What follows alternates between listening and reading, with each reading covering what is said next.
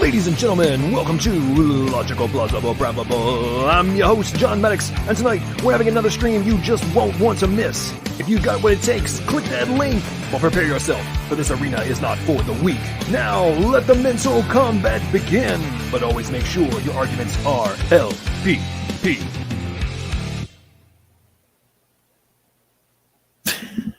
What is going on, everybody? How y'all doing?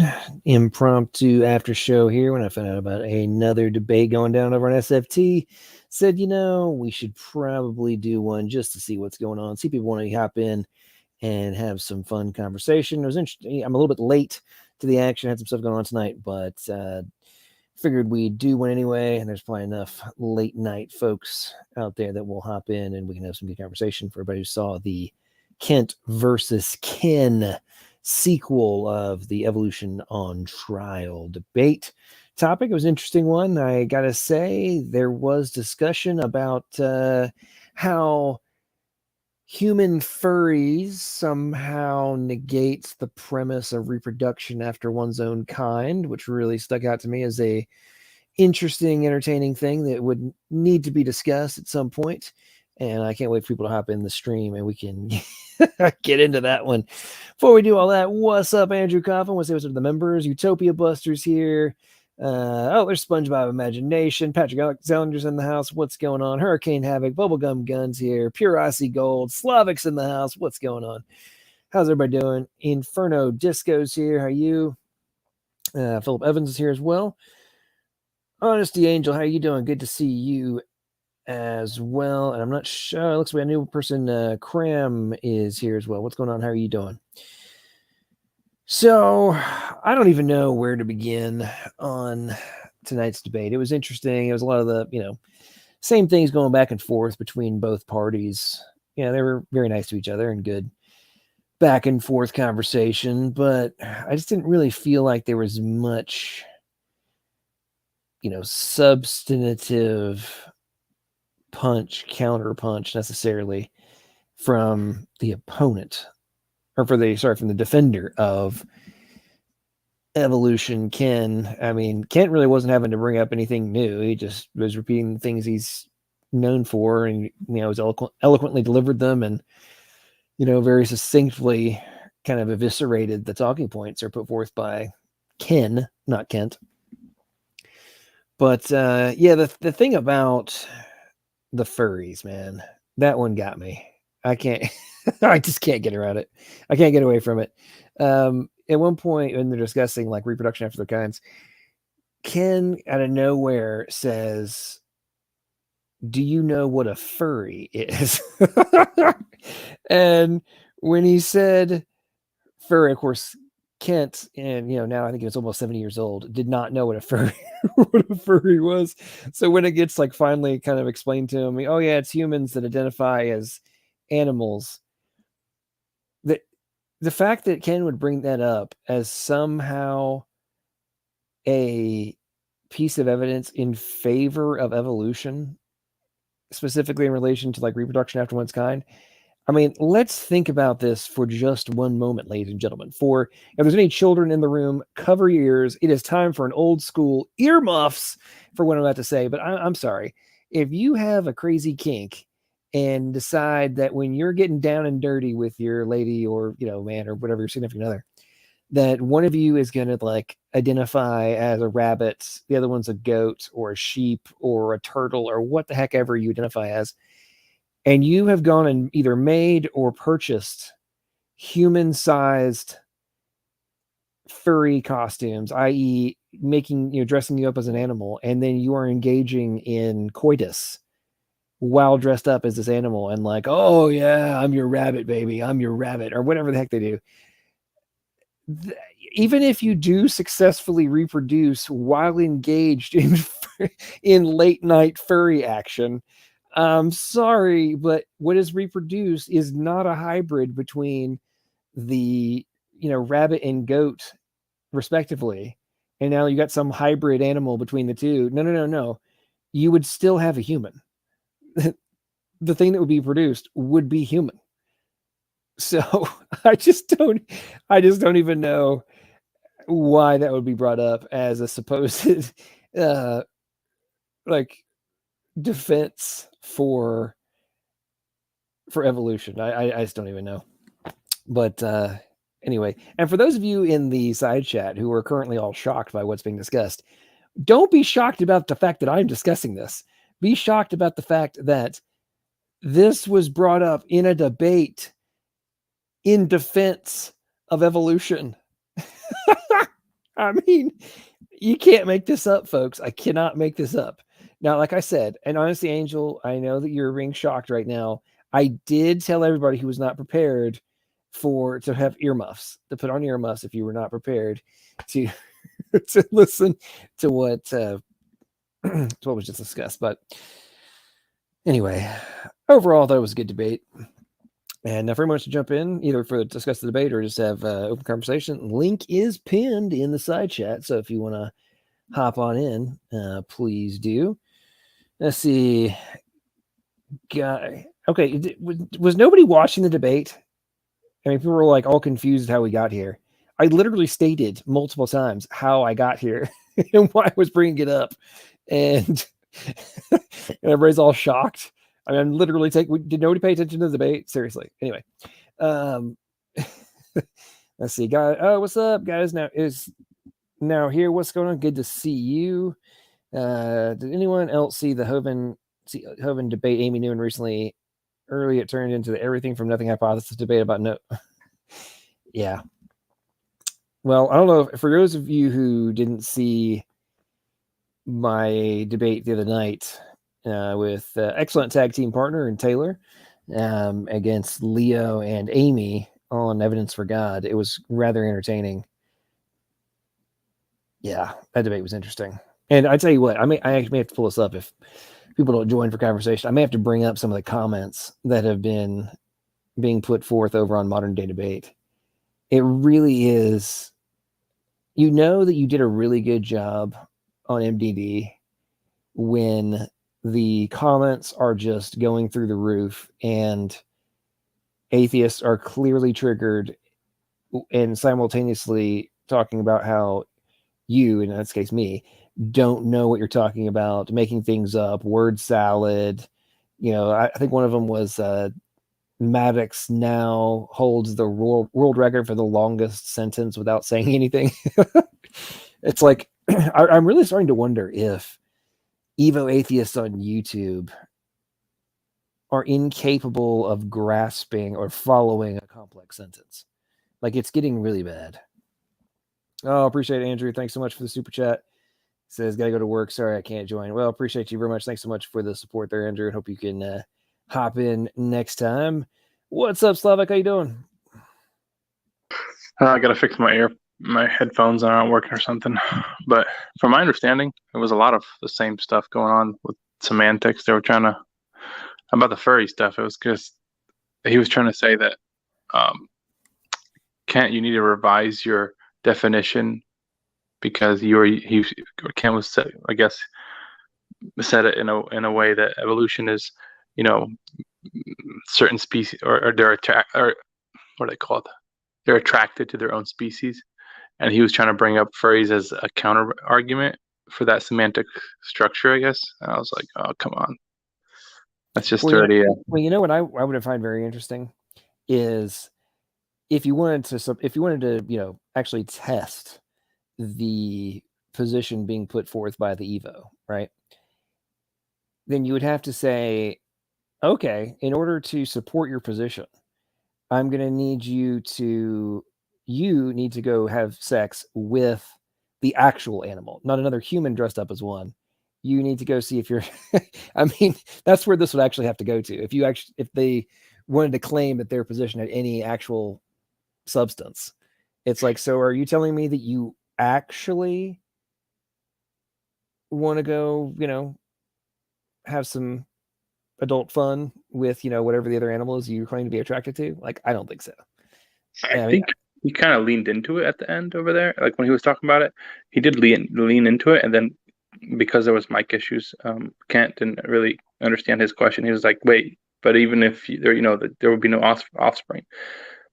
He didn't realize that this guy was just talking about attraction, and Kant was talking about offspring. So there was kind of like a little bit talking past each other. I mean, I didn't listen to the whole debate. I did like, you know, skimmed it a little bit, some spots, but it seemed like they were usually people that argue evolution, they like to get stuck on the meaning of words and instead of arguing the ideas. True. Oh no, that's a very good point, because, well, I mean, usually that the arguing semantics springs up once they've got nothing left. You know, they've shot their wad, so to speak, and their quiver is empty, to mix metaphors, right? They okay, well, I've got nothing left, I'm empty, so I'm gonna start playing deflection and defense and, you know, try to fill the void with little minutia. So SpongeBob Imagination says, hold up, are furries actually attracted to the animals? That's the point I was making. Like, they're attracted to another human who's dressed up as one. So, I mean, it's kind of like saying, if not to be like, well, we're all adults here. So it'd be like saying, because on Halloween, your girlfriend, wife, boyfriend, husband, whatever, is dressed up as some random character. Like, she's dressed up as a, you know, Tinkerbell or whatever. oh my goodness, I'm sexually attracted to fairies. Like, yeah, okay, dude, yeah, that's exactly what's going on right there. I mean, there's the you intellectually know that the person in the costume is another human. It's a totally different. I think it seems like he didn't even think through his own argument there. It's kind of funny. Well, it's an interesting point you make there. Like, it never ceases to amaze me how much the atheists on YouTube don't seem to think more than, like, half of them can't even think past their own the sentence they're speaking, let alone 3 or 4 steps ahead. It really blows me away. I know, and if they do, they start arguing semantics because that's like the only way out. So they're like, they almost like, I don't know. To be honest, I always wonder if they're playing dumb or if it's just they're so stuck in their view that their brain can't put those, they can't even, put that thought into their head that just have to play games. I think about that a lot. And that's kind of where I originally, for those of you who haven't seen me in a while, you may have forgotten this, or if you're new, you probably haven't heard these things. But I came up with when I did the Atheist Fantasyland Projection Complex video, I did that as pure sarcasm and just making fun of like different actions, right? However, over the last year, whatever it's been since I did that video, it's actually becoming I think it actually might be a real thing, to your point of once they're into like full scale hardcore atheism, everything else gets projected, and their own insecurities, their own like lack of critical thinking and refusal to engage in logical analysis is projected onto the opponent and used as a defense mechanism for themselves to not actually engage in real thought and real analysis. It's pretty amazing. Yeah, like the whole thing they kept going back to on this debate here is how you differentiate different kinds and what categories you put them. Is a coyote or is it attracted to a dog, or can they breed and stuff like that? And I'm like, this stuff has been rehashed so many times. Well, why not talk about the substance? Is there, is the genome changing enough that the different kinds could be, the information could be added, or is it actually destroyed? And it seems like they're just arguing the same. Well, we classify them differently, therefore they're different. I'm like, I don't know. But honestly, I think it's because they don't know the genetics behind it.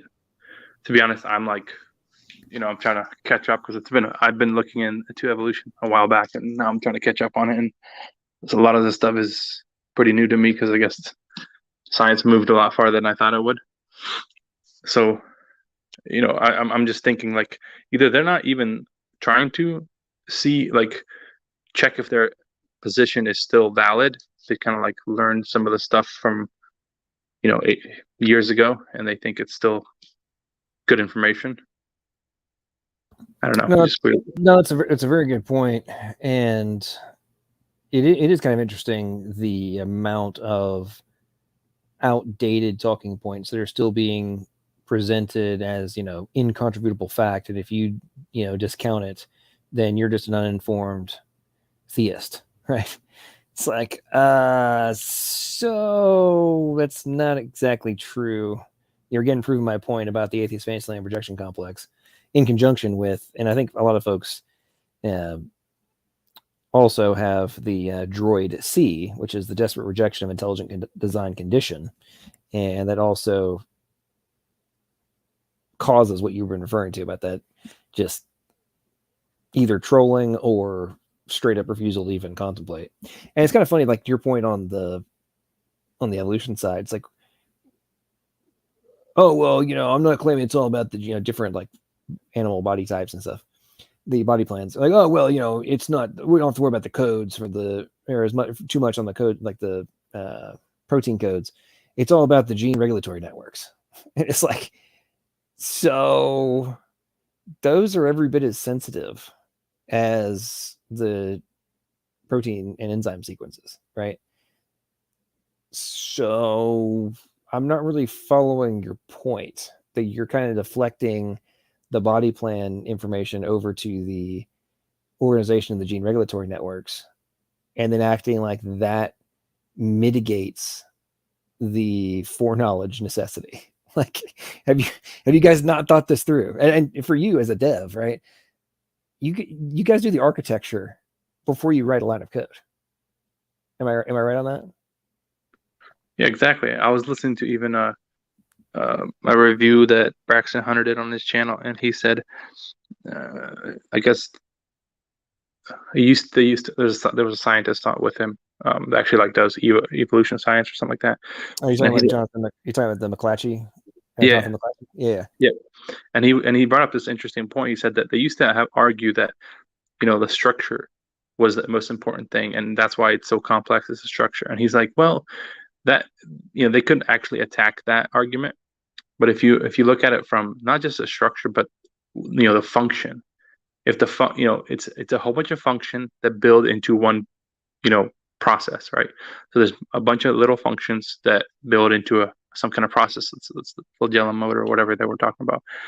And I'm like, that's exactly the whole point, is that if you think that the little pieces, the small functions that build up to this process, they can't exist, or the main, the cell, let's say cell replication or whatever, even though it's, it goes down to even smaller stuff like the motors and the proteins.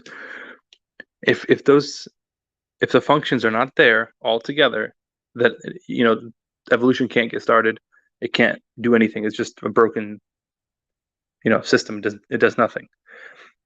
But they won't look at it that way. They'll look at it as, well, somehow science will eventually figure it out, and it becomes this exact thing that they accuse theists that they used to say, that, well, you're arguing from the God of gaps or whatever they call it, or that God eventually will, God does it because we don't know God did it.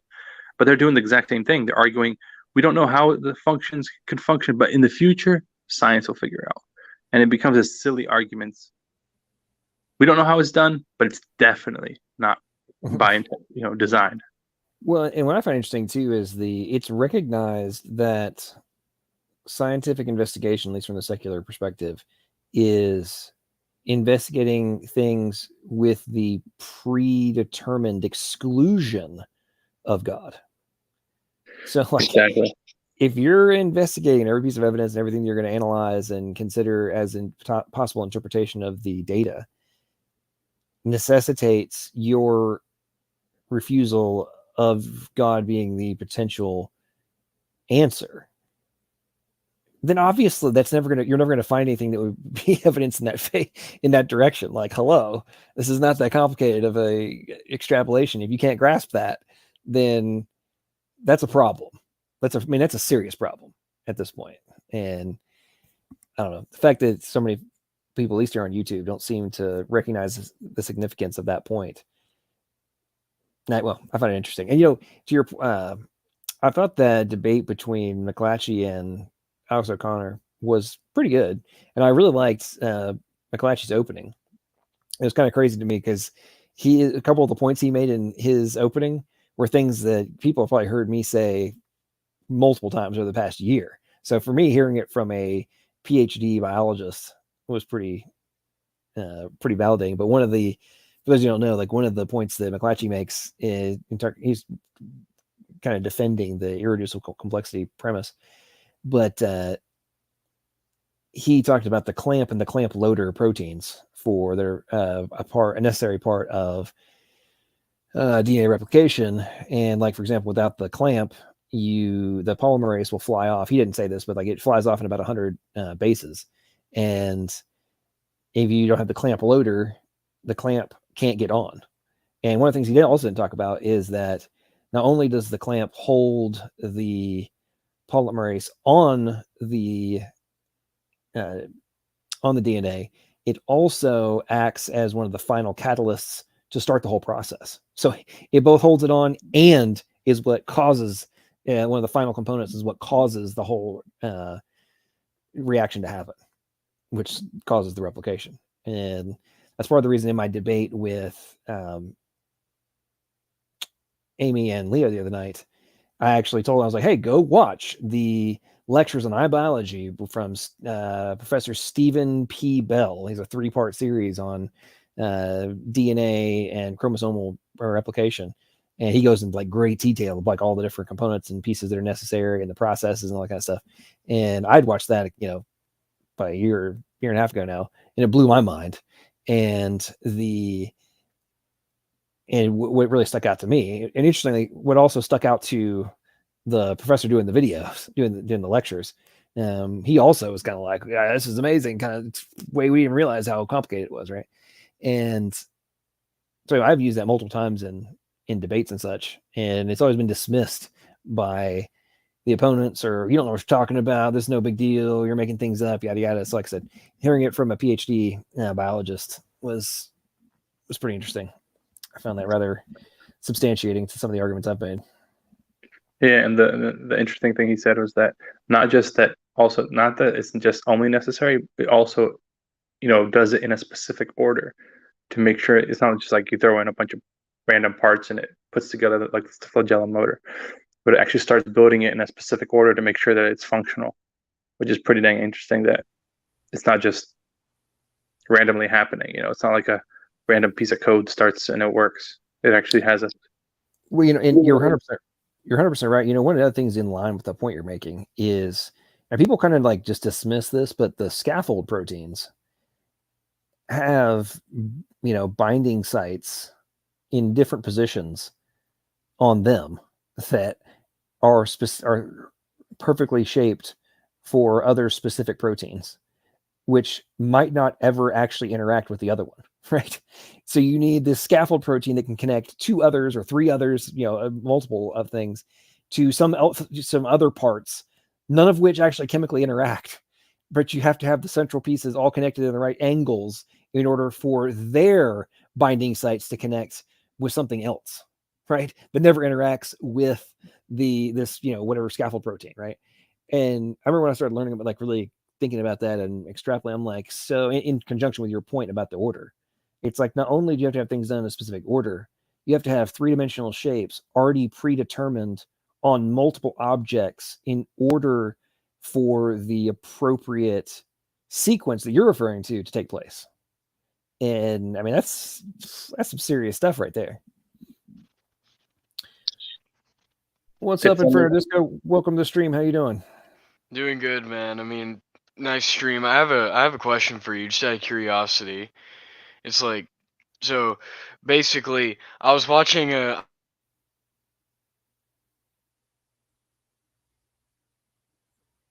he was dropping your name a lot. Like, did you do something to him? Sorry, you cut out there for a second. I didn't hear what can you say that again?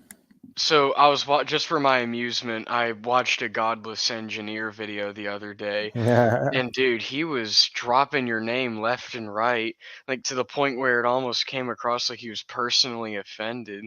Like, what'd you do to this man? Okay, so 2 things. First off, when was this video published? Because I may have to go check this out. Or was this an older one? Yeah, about a month ago, about a month ago. I saw this a month ago, but I didn't think about asking you till now. It's okay, like, I'll have to. I'll check this out. Well, I'm assuming you never saw my debate with him. if I'm thinking of the right one, I might have. I'm not sure, but I might be getting you mixed up with somebody else. Okay, well, let's just say that my debate with him was. Wait a second. Hold on a second. Was this a debate where? Hold on a second. Is this a debate where you said, is it remotely plausible that like something they can't do in a lab, like he was trying to say it's more likely to happen in an uncontrolled, violent environment? Yes, that was. In that case, I've seen it. Yeah. Like, what? I mean, what's confusing me is that I'm not trying to be rude to him, but I mean, like, it's almost like he has some personal hatred towards you, because I've seen several videos of his, and your name comes out of his mouth from time to time, and it's like every time he mentions it, it's like there's some hatred behind it. I don't know why, but it just comes across like someone has this epitome of hate towards you, and I don't know why, but like, what happened? Well, in fairness to him, number one, in the debate, I obliterated him. Number two, there's been multiple videos made from that debate specifically to make fun of him, not just like by other people. And I've never let this is what. Okay, so I started my channel on I think it was January 27th or something like that, 2020, right? And when I had a grand total of 12 subs and had done 3 videos, I think, he decided to attack me and did this whole 30-minute, evisceration of why I'm just I didn't understand, right? Well, his attack on me was so many of his points were just so dumb that I literally did a little short video where I offered him the chance to, the opportunity to retract his positions before I embarrassed him. And he made another video talking all this trash. You're going to embarrass me? You're going to embarrass me? Just goes talking all this trash, right? So I then proceed to do a long video just completely eviscerating him. And then fast forward a couple months, there was a bunch of trash talk about a debate. And then the debate finally happens. The debate actually happened on my birthday, which is freaking awesome. And I went into it with that was the ultimate birthday gift. Oh yeah, I went into it with I am going to make it my personal mission in this debate to just utterly obliterate this jackass and give no mercy, none. He talks so much trash. So you went straight for the execution. Dude, my opening statement was, I had him by the jugular and slit his throat multiple times. It was bad. In my opening statement, my opening statement, I won't even get into all the stuff that in my opening statement, but it was brutal. And you could tell when I got done, it was over. He was KO'd. He was face planting, palming, face palming. Oh yeah, you know what? Okay, I remember the debate now. He was I remember him. He was sighing a lot of the time. He'd put his he'd rub his eyebrows. He'd sigh. He'd put his head. Yeah, I remember that. Well, so after the debate, his dumbass kept acting like he won. I obliterated him. It was brutal. I thought I was feeling bad towards the end of it about how much I just annihilated him. Anyway, a couple days later, he plays the debate or a section of it, I think it was, and it was John Maddox doesn't understand chemistry, and the portion he was playing was about the point I made of codons never interacting with the amino acids they represent. And he was making this whole deal about how I didn't understand how the chemistry works, right? And anyway, what kills me about that is I had a little video clip. See if I got this in here. Here it is. This was what I was referring to. And I mentioned this in the debate when I'm about to play. It's what I mentioned to him. And he still proceeded to claim that I wasn't the one. I was the one that didn't understand why it was a code and all that kind of stuff. So a triplet code with 4 bases covers everything we need here. Okay, we have start codons and stop codons we have to keep in mind listed here. Okay, and as a reminder, right, in translation, the amino acids are delivered by the amino acyl tRNAs. Okay, so the mRNA does not recognize these amino acids directly. We need the tRNAs that allows this reading to occur. I see. So, what he was saying was rejected by other atheists who studied DNA. Oh, that woman's a biochemistry professor at MIT. So she is the person to take information from. Well, I mean, she could be. Well, the point is that concept just happened. I just happened to find a video of a professor doing a lecture on I see what that you mean. topic, so I grabbed the clip. But Yeah. no, I mean that premise is been established for like since the '60s, and everybody that understands protein synthesis knows this. That there's like no chemical interaction, except for jackasses like Godless Engineer and a bunch of other atheists on YouTube. But it's truly fascinating. So anyway, after all this, I'll wrap up my whole diatribe about Godless Engineer. He kept talking trash to me on YouTube, and his wife did too. And, his wife? Oh yeah. Oh, his wife's a crazy woman. But anyway, Oh wow. one of the things that was being argued was whether or not the genetic code is actually a code. And it was like, what kind of is it really informational? All that kind of stuff. Well, dumbass Godless Engineer has a bachelor's in computer science and a master's in software engineering. Okay. And this dumbass is running around claiming that it's not code. And what? Oh yeah, it's not information. So I'm like, okay, listen, because I live in Nashville, and I won't say where he lives, but he lives very close to me, right? About an hour and a half away. And I was like, dude, this is on Twitter. I'm like, dude, I will set up. How we do this? I'll set up a meeting with a professor at your alma mater. I'll drive down, and we'll meet up and go have a meeting, on the campus, and sit down with information and communication theorists and biologists and see which one of us is correct. You talk this bad game. I don't know what the hell I'm talking about. So let's do it. Like, let's go talk to some experts. You claim I don't know what the hell I'm talking about. So let's go sit down at your college, at your university, with the experts from your university, not some like Christians or whatever. Like, just go to the. Yeah. Anyway. Well, anyway, his wife said that I was threatening him. And they tried to make it out that I was threatening them with violence. And I'm like, what freaking world do you live in? We're offering to go to a neutral location to go speak with PhDs about a topic. And how also, is that? And talking about it publicly on YouTube or on Twitter, right? Like, how is this threatening you with physical violence? Anyway, enough of my diatribe. And what confuses me is that it's amusing to me that they complained about you threatening them with violence, acting as if it were wrong. But by what standard is you threatening them with violence wrong? I mean, so it's just your preference. I mean, by their logic, you're not doing anything wrong. So how could they complain?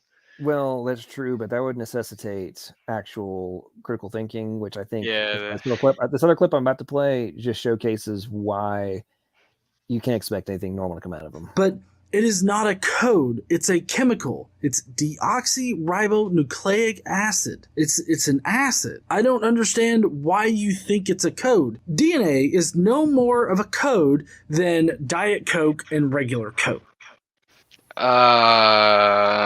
Sure, buddy, sure. That's false. I mean, even other atheists such as Francis Crick have rejected that. Francis Crick is one of the atheists who discovered the information in founded DNA. He was one of the two scientists. Like, what he's saying is rejected by people who, like, even if they're atheists, they still reject his narrative of it not being a code. Like, what? What? It's hang on. Bad.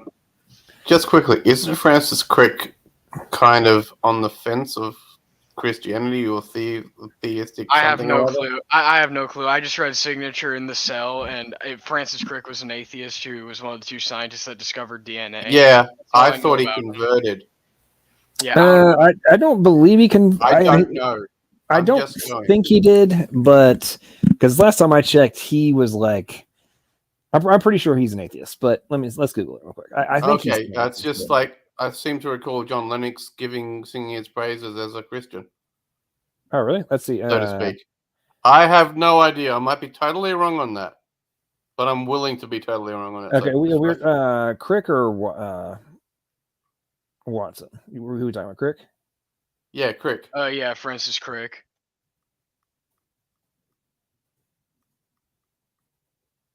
Let's Google it real quick. Nope. He was an evangelical atheist. Oh, Okay. I see. Hey. So what Godless Engineers narrative is pushing is something that's rejected by one of the founding fathers. Well, not founding fathers, that's the wrong way to put it. By one of the people that discovered DNA. But they're all like they all push random ideas that I they think you guys are confusing Francis Collins with Francis Crick. Yeah, Francis yeah. Oh, yeah. I knew there was something there. Thanks. I just wanted to clarify that up. I'm pretty sure Watson and Crick were both because I know that Crick, he was proposing even like panspermia for a while as the explanation. And then he ultimately kind of settled on like multiverse being required. He fully recognized the information requirements and the complexities intelligent design sort of thing. Right. But he rejected it as like a conclusion and went to, like I said, initially panspermia and then multiverse. So, the multiverses exist. The multiverse must be there. Therefore, even though this is completely unrealistic to happen without an intelligent agent, we don't need one because, Well, the multiverse does need one, doesn't it? It need one more than a single universe, right? Well, I mean, or is that just too basic? Here's a funny thing. Like the inflation theory ultimately makes the improbability of the universe go up exponentially.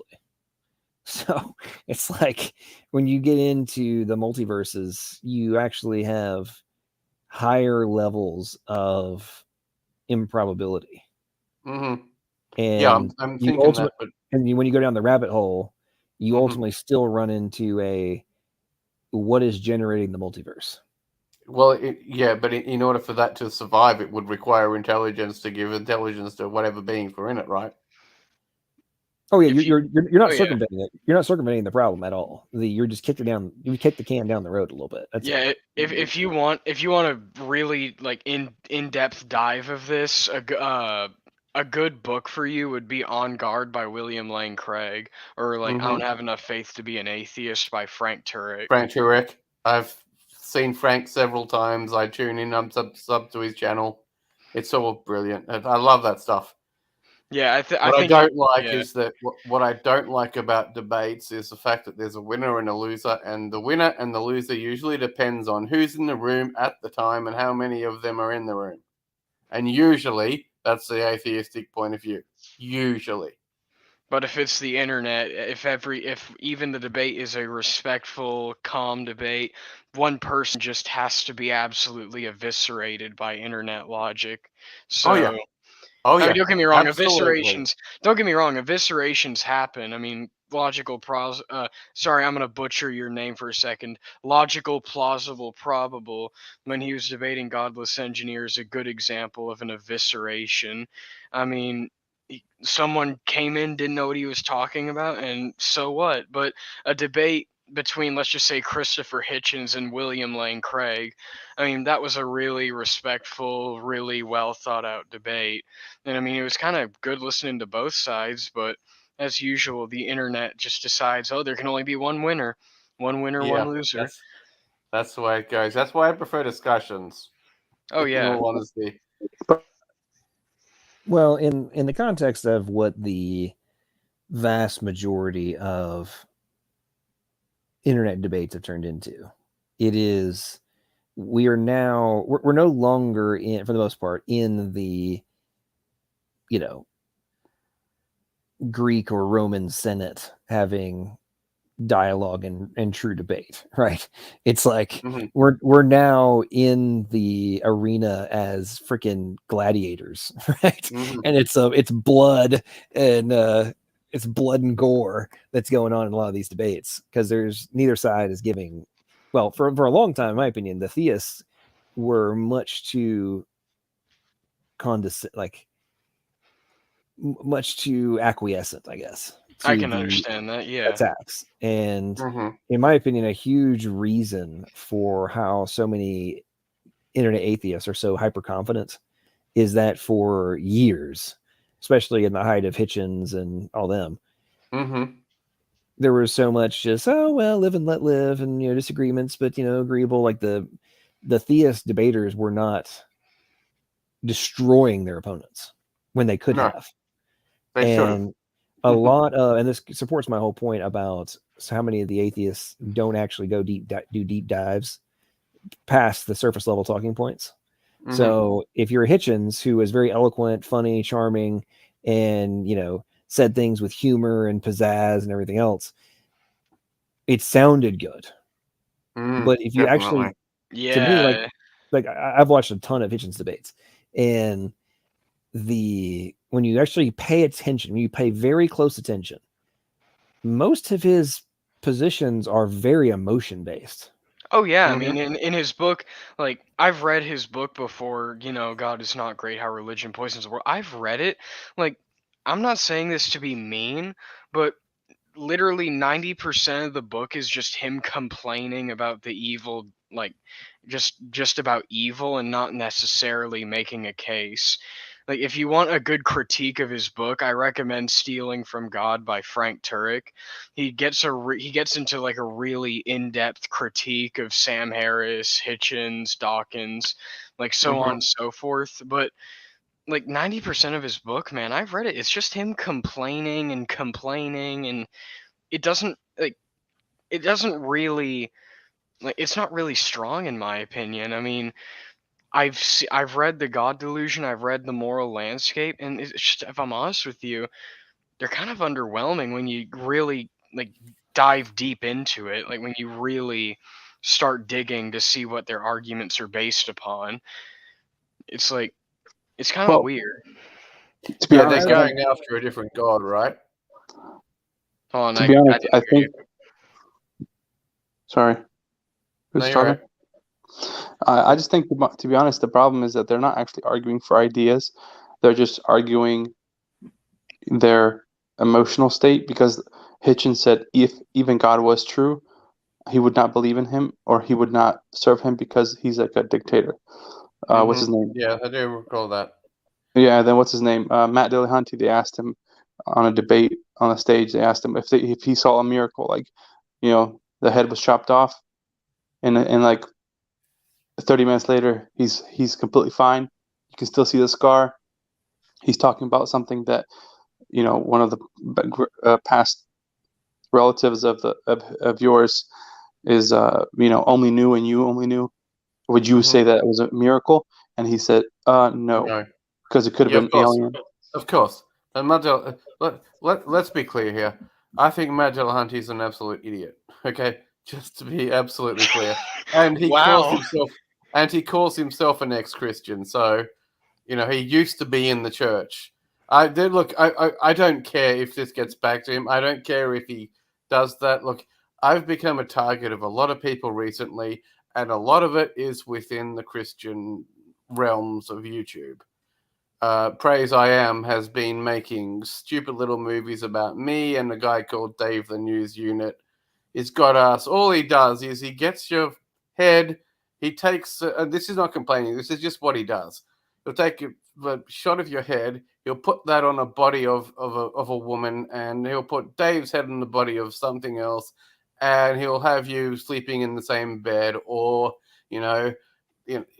doing something stupid together. Or are we talking about Saw 3 or Matt Dillahunty? Good grief. Like, bruh, this description is so violent. Is it like, are you describing a Saw film or something like that? No, this is two different people. So this is a Christian who is a supposed Christian who is attacking me as a Christian. It's a different story altogether. Oh, okay, but this is the interior of this. This is the Christian attacking the Christian. Okay. So I believe I'm saved. My testimony, I don't have any scientific qualifications behind me. I did science in grade 8 in general. Decided science wasn't for me. Asperger's syndrome, before we get too far down into that sort of stuff, epilepsy, things in life, circumstances, divorce, all the rest of it. In short, I'm a Christian, but I've had my struggles. Gotcha. Well, I'll pray for you. That's my testimony. In a nutshell, I don't have any. There's no one. Oh, I didn't witness a miracle, or even if, as Frank Turek says, I'll give you a book if you read it. If I'll ask you a question. If you think God was real, would you be a Christian? And of course, he's Yeah, had I'm people familiar who with would that. say absolutely yes or absolutely no way. Even if God was real, I wouldn't believe in him. Yeah, that's a very commonly asked question from Frank Turek. Whenever there's a video of Frank Turek talking to some person outside of campus, and like the first thing he always asks a person right before he debates is, if Christianity were true, would you become Christian? Because if they say yes, then it's an intellectual problem. But if they say no, it's a moral problem. And then Well, and then that gives you a way to differently approach them, if you know what I mean. yeah, it's a head problem or a heart problem. However, if you start to use the heart, the only thing the heart actually does is pump blood around the human body, correct? Yes. There's no way that that anything else could reside in there. But when the Hebrew is referring to the soul, and please correct me if I'm wrong, to the heart, they are actually referring to the soul or the inner human being, right? Yes, I don't understand Hebrew, so I Yeah, presume but so. that's the way I understand it. So the Holy Spirit, when he dwells in you, does not dwell in your heart. Literally. He dwells in the soul of the inner human being. Yeah, I don't understand Hebrew, so I can't I don't understand No, Hebrew, so but I'm saying, like, is that a basic understanding? Would that be correct? I have no idea. I'm just kind of like I'm not very familiar with Hebrew, so Or LLP or anybody else? Would that be a safe assumption? Sorry, I was typing in the side chat. Can you repeat your point?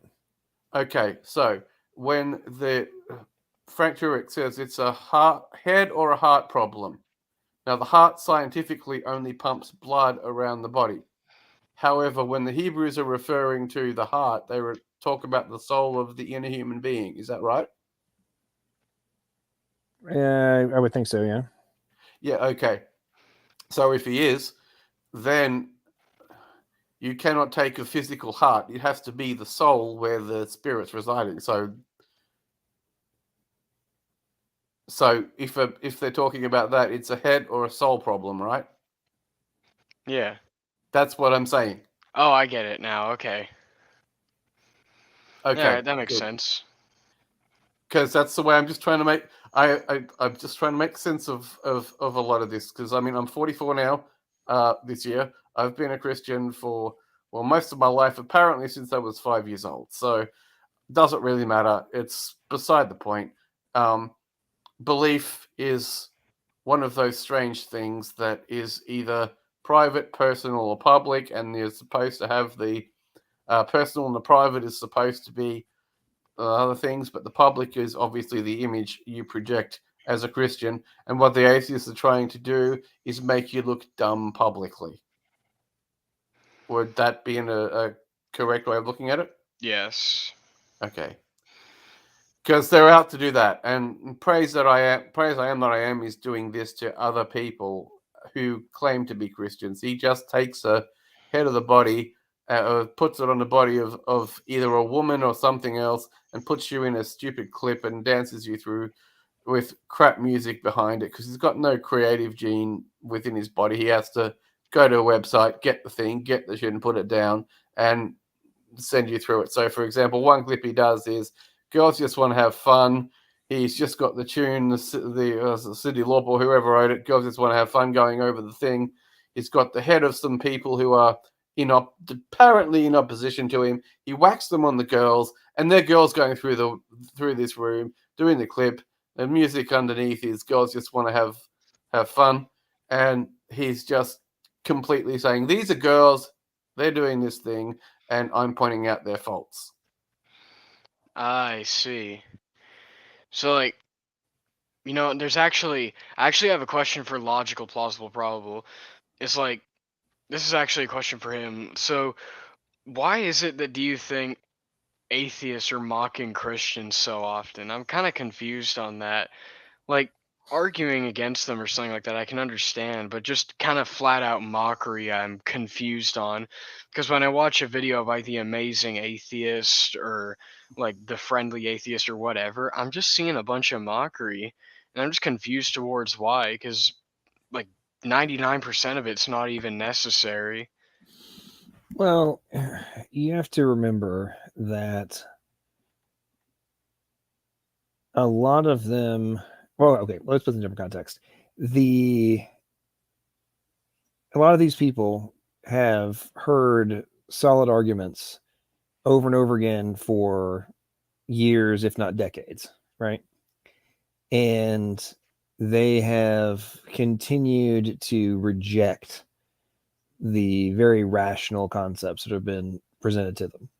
So at some point, you have to go into full-scale defense mentally. So for them, if they can, in their own mind, convince themselves that it's stupid, and this is a bunch of made-up, bovine scatology that is put forth by people with ridiculous amounts of faith. Your mic cut out. Oh, is that roboting? Hansing, your microphone cut out the last. Okay, am I coming through okay now? Oh yeah, you're fine. Okay, so what did you hear? What was the last thing you heard from me? So I don't repeat myself. I heard the whole thing. Yeah, it was like it was the part where you were talking about like they were convincing themselves that something were stupid. Okay, so because they've been hearing rational, well put forth arguments for years from apologists all over the place, right? And at some point, you either have to accept that they're correct or convince yourself that there's nothing rational about them. So one way to do that would be to tell yourself and continue to tell other people until it becomes true in your own mind that the evidence in favor of theism is just a bunch of bovine scatology put forth by a bunch of faith blinded people suffering from incredible amounts of cognitive dissonance that forbids them from being able to actually do critical thinking, and just leads to full scale rejection of science and all that kind of stuff, right? And then to substantiate that ongoing mental state, you have to get more and more derogatory towards the individuals who are and the concepts that are put forth. Otherwise, you will. That's what I think. It starts to not on the surface level, but deep inside, the ridiculousness of their positions begins to eat away at them. And I think this is on full display with Matt Dillahunty. Mm-hmm. I've noticed over the last year, he snaps. It is like guaranteed. And it's getting quicker and quicker in debates. And like he goes into full scale meltdown and just starts shouting at people, calling them liars, and just being a complete jackass to them, while simultaneously accusing them of doing what he's doing. It's truly fascinating, right? Like, okay, so for example purposes, those like Sal Cordova, right? Sal is a lot of things. Some people don't like him, some people love him, some people hate him, right? Except, but there has never been a time when you can put Sal Cordova in the category of asshole. Okay, no, like definitely not. Sal is one of the nicest people ever, right? Yeah. Up to a default. Like in some of his debates, like pre a couple of his debates, I'm like, Sal, I'm just sitting there trying to pump him up backstage, kind of thing. Like, dude, don't be so nice, okay? Like when you get him on the ropes, go for the jugular. Like, don't be nice, Like so they're like trying to pump him up, and of course he gets in the debates, he's like super nice, right? Anyway, his debate with Dillahunty, they were talking about gambling and the probabilities in different games, right? In the casino. Yeah. Mm-hmm. I was there. Sal used to be a professional card counter. Okay, like for a couple years before he got kicked out, he got banned from all the casinos. He literally went around counting cards, playing blackjack. Okay. Yeah, I see what you mean. Anyway, Dillahunty starts like loses his mind when Sal's like, no, the best odds are in blackjack, and he insisted it was roulette. And anyway, they have to go back. They can go back and forth on this, and the whole point. Anyway, very long story short, what it boils down to is the house player odds are the best in blackjack for a single straight bet.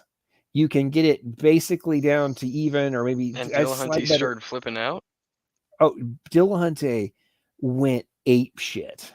Yeah, he And did. started yelling and calling Sal a liar and a con man and all this other kind of stuff over which game in a casino had the best odds. Bro, you have a clip of this or something? I haven't heard of this yet. Like, I was there. Oh, and I was watching it live. Oh, I did super chat. It was so funny because I went and looked up the odds, and I'm like, I was super chatting the what the odds were, and I'm like, and Dylan Hunty like started trash talking me too, and I'm like, bro, in roulette, you have to have like 5 bets simultaneously in order to reduce the odds to the same level as blackjack. So you how don't have badly was he freaking out? So you don't have a singular bet, dumbass. It's not a single bet in terms of odds. You're hedging your bets through multiple bets, which means that your straight odds are not the same in a straight up bet against the house. Like, anyway, he flipped out. He was dog cussing me. This is like in the debate, like when my super chat was getting read, like Matt Dillon was flipping out. It was epic. But I think that literally proves that they have such in their mind such rat nests already, trying to avoid some information, that everything is already triggering them. Yeah, one, like, I've never heard this. Like, is there a clip of him flipping out anywhere? Like, has it been clipped or something? I don't know if it's been clipped, but I was at the actual debate. So what did he say? Like, do you remember any quotes from him or? Somewhere buried in my Aspie brain, but he did call Sal a liar. I can verify that one. And he called him a liar several times. And this is after Sal said, "Oh, his mother died." Okay, Sal Caldwell's mother died 6 months ago, 12 months ago, somewhere around there anyway. But she was alive at this debate. So when the debate was still on, she was alive. And when they were talking backstage, he said, "Oh, Matt Dillahunty, he didn't bag my mother. The fact that I stopped work and I couldn't, I had to reject positions because I had to look after my mother. He didn't go after me. I think he's going to show class in this debate." And then he comes out and he calls him a liar, among other things. So, yeah, it's just, it was the worst debate I'd seen from an atheistic point of view, but the best I'd seen from a theistic view because Sal did not fight back. So like, and this is when his LLP says, "Throw him on the rocks. If you've got him on the rocks, get him down, beat him." This is what atheists do to Christians all the time. They get them to the point where they get them on the rocks and they don't stop the blows. Yeah, I actually have a suggestion for logical, plausible, probable. So here's a suggestion. I think what you should do is just like once every week or something like that, react to a Matt Dillahunty or Godless Engineer clip and just have fun. I mean, like, I do that with my friends to kill time, like at once every week. It's a lot of fun. But I think you'd have a lot of fun doing that. There for a while. I had myself as another person. We had discussed doing a unpacking the atheist experience show, and like basically after they do their show every Sunday, right? And basically unpack their show every weekend but after watching episodes, I was like, man, I can't do it. Like, I can't listen to this stuff every week. It's so bad. I mean, it's but to your point, I agree with you. I've thought about that many times. It's actually a great content idea. I agree with you 100%. I've thought about it over and over again. I'm just like, man, but it's so difficult to listen to those people. I mean, I try every once in a while. I occasionally will tune into like Truth Wanted and Talk Heathen and some of those other shows. Oh. And I listen to them and I'm just like, this is so bad. I mean, it's getting ridiculous. And the irony that's really blowing me away, is they keep bringing on like these quote unquote scientists, right? Yeah. And the supposed experts they have come on are saying some of the dumbest things.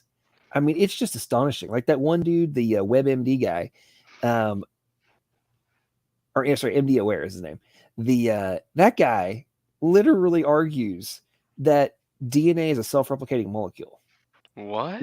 When everybody with a basic knowledge of biochemistry, and by the way, before I like eviscerated him, I called up 2 different PhD biochemists, and I was like, I just want to make sure that I'm not missing something. I am correct that DNA is not self-replicating, and this is a very like basic biochem 101 thing, right? And they're like, oh, 100%.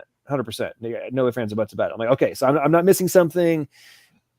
I don't want to like go after this dude and embarrass myself. Like, I'm confirming PhDs, right? Oh, dude, like who said this? Who said this? And I'm like, this dude called MD Aware. He claims to be a medical doctor and getting his current PhD in genetics. And they're like, what? They flipped out. It was pretty funny. They're like, what are you talking? How did this guy get a PhD? Like, where is he going? Like, I mean, these guys were flipping out when I was, I sent them the clip, right? And they're like looking at the stuff like, what the heck is this? You know? Yeah, here's a story you guys might enjoy. So I go to a school that's very intense on debates. Like, you cannot go one day without hearing somebody debating about politics or religion or whatever.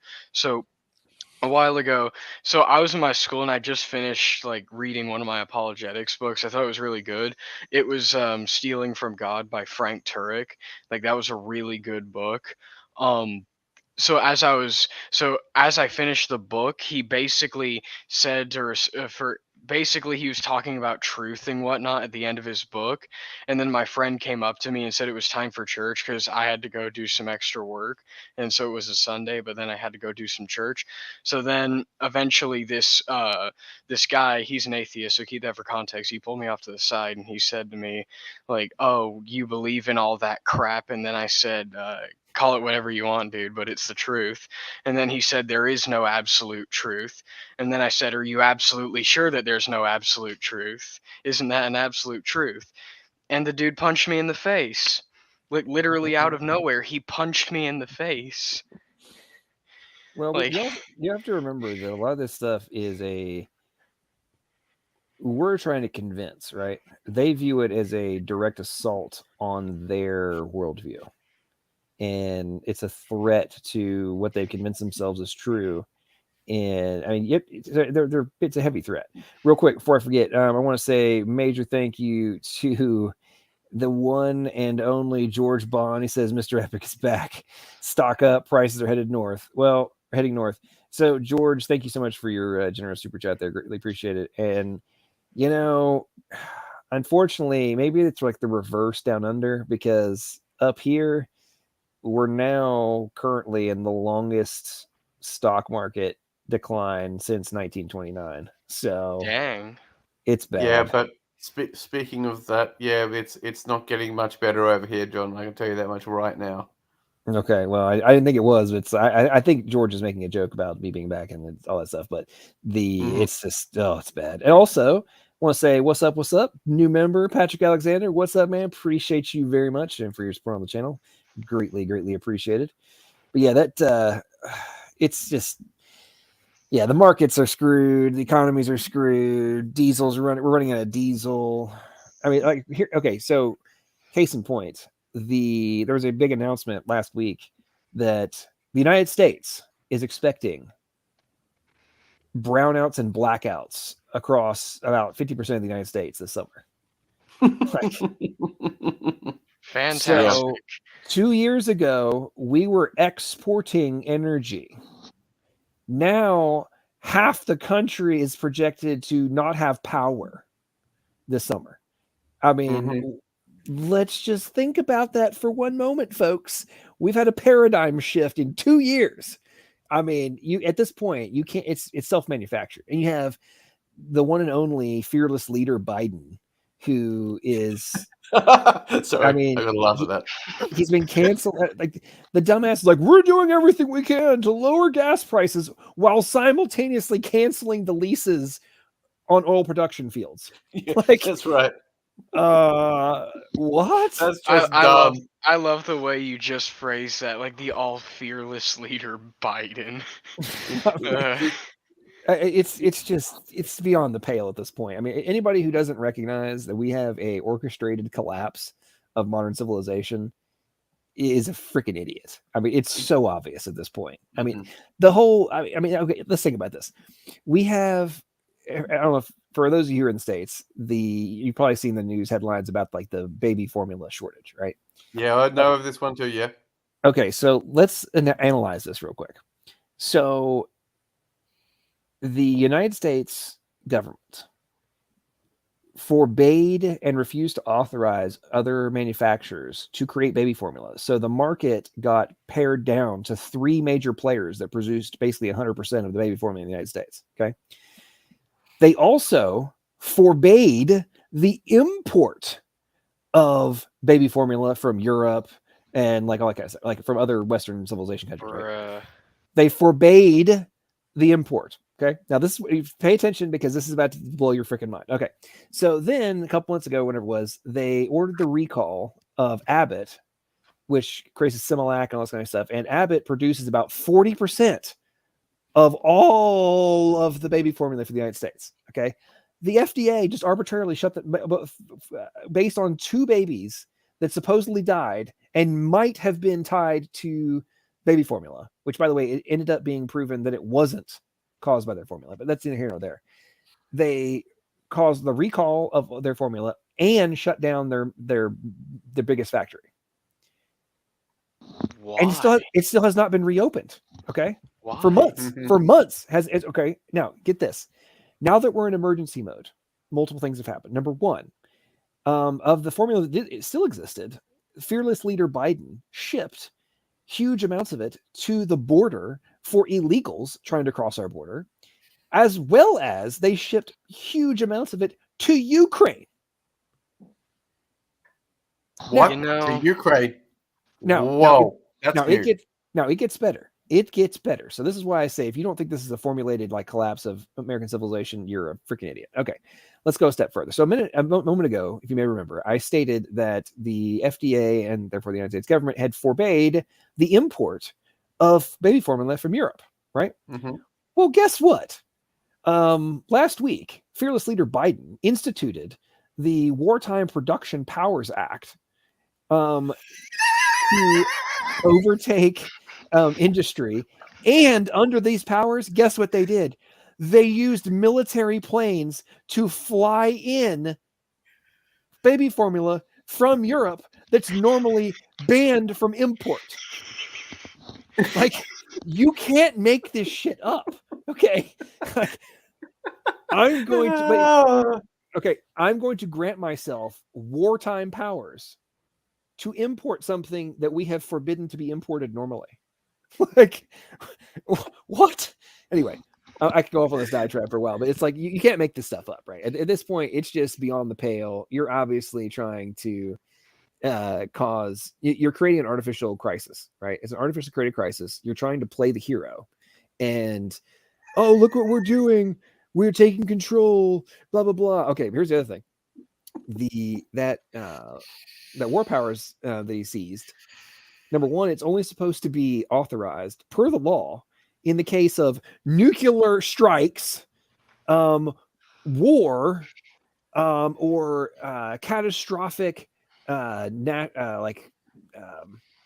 disasters and stuff. Okay, so let's think. So he's granted himself powers because there's a baby formula shortage caused by the government. If that's not something like out of 1984. And like I say that we now live in a hybrid of 1984 and Atlas Shrugged. If you haven't read those books, then you won't get that. But no, I do know that. Right? I agree. So we're in a hybrid of this right now. But here's the thing: when you look at why would you set up this precedent and grant yourself this emergency power, right? We're on every single major institution on this planet has said that we're going to have a food shortage by the autumn, right? Best case scenario. There was a report that came out yesterday that we only have 10 weeks of wheat supplies left on the freaking planet. 10 weeks. Fair now. For the entire world, right? Mm-hmm. That's a problem. So when we run out of food and the yields are projected to be like 50% of normal on a global scale, right? what do you think is going to happen from a freak out perspective when the food is gone? Right? Mass death. So I think, well, absolutely. And I think that this is like part of the reason for this whole like artificially created emergency is they've already set the precedent for the emergency powers. And then when the real crisis come, not the one that's artificially created, but the real one happens, then you have a justification for, or it already set things up to seize power and to execute the final step of the Cloward Piven strategy and overtake the United States. Anyway, that's enough of my diatribe. I went long-winded, and people are dropping off left and right. Otangelo, get back in the stream, Otangelo, and But you know what? Just to add insult to injury, this seems like Biden pulling out of Afghanistan by taking the troops first. Oh yeah, that was horrible. That was well. I mean, we left $80 billion in weapons there. I mean, it was all shut up. It was all shot up and all the rest of it. They actually showed footage of it. I saw those. But $85 billion worth, yes. All I gotta say is, if in any other context, if you leave that much, they also left pallets of cash, like dollars, like huge crates of dollars were left too. So when you think about that from a treason perspective, so let's think about this. Fearless leader Biden both funded and armed terrorists. I mean, I don't know what to tell you. Like, no, I did hear all this. Yeah, it's just, and at this point, like all the stuff that's happening in Ukraine, like we're creating a just crazy cluster. Like Slavic's got family there. There's people dying left and right. We're exacerbating the conflict on so many different levels. It's getting ridiculous. And the only people sending in decent is Australia. We sent some of our Bushmastered armored personnel carriers, which we obviously don't need to use because there's not much going on here in Oceania, but we whacked them onto our C-17s and we put them over there for you. They're going into action. I mean, it's no-brainer. Ukraine needs help because, okay, they've got people who don't want the Russians to take over indefinitely, and I've said it before and I'll say it again. Put me through the training, give me a gun, I'll go out and I'll get the Russians. Well, at this point, when you look at what's happening, like a couple days ago, India has officially suspended all exports of wheat. They just today or yesterday afternoon, they officially limited their sugar exports to like 10 million tons or something like that, which is like a minuscule fraction of what they normally export. And Indonesia's banned all like palm oil exports, and I mean it's like it's getting crazy. Slavic, you were about to say something, weren't you? Yeah, I was going to say the scary part about it is that 35% of all global wheat production was Ukraine and Russia put together. I think maybe Belarus was in there too. That's 35%. Well, Ukraine, they're not planning anything right now because they're in the middle of a war. They can't. Yeah, exactly. Russia also exported, I think, 25% of all fertilizer. Yeah. And that's the other problem. Yeah, and if fertilizer does not get, they don't use it, from 40 to 60% less crop yield, which is insane if that's going to happen. Literally, there are going to be people starving to death. Oh, absolutely. I mean, it's beyond the pale at this point. And this is why I'm like, some of this has got to be artificially constructed.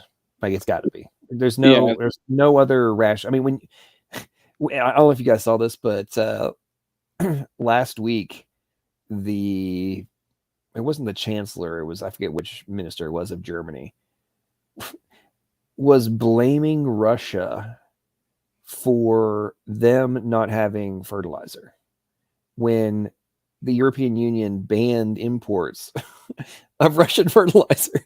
And I'm just like, that is, I mean, how would you get, I don't understand how you can like get on TV and say that. Like, I refuse to accept this, but it's your fault that I'm refusing to accept this.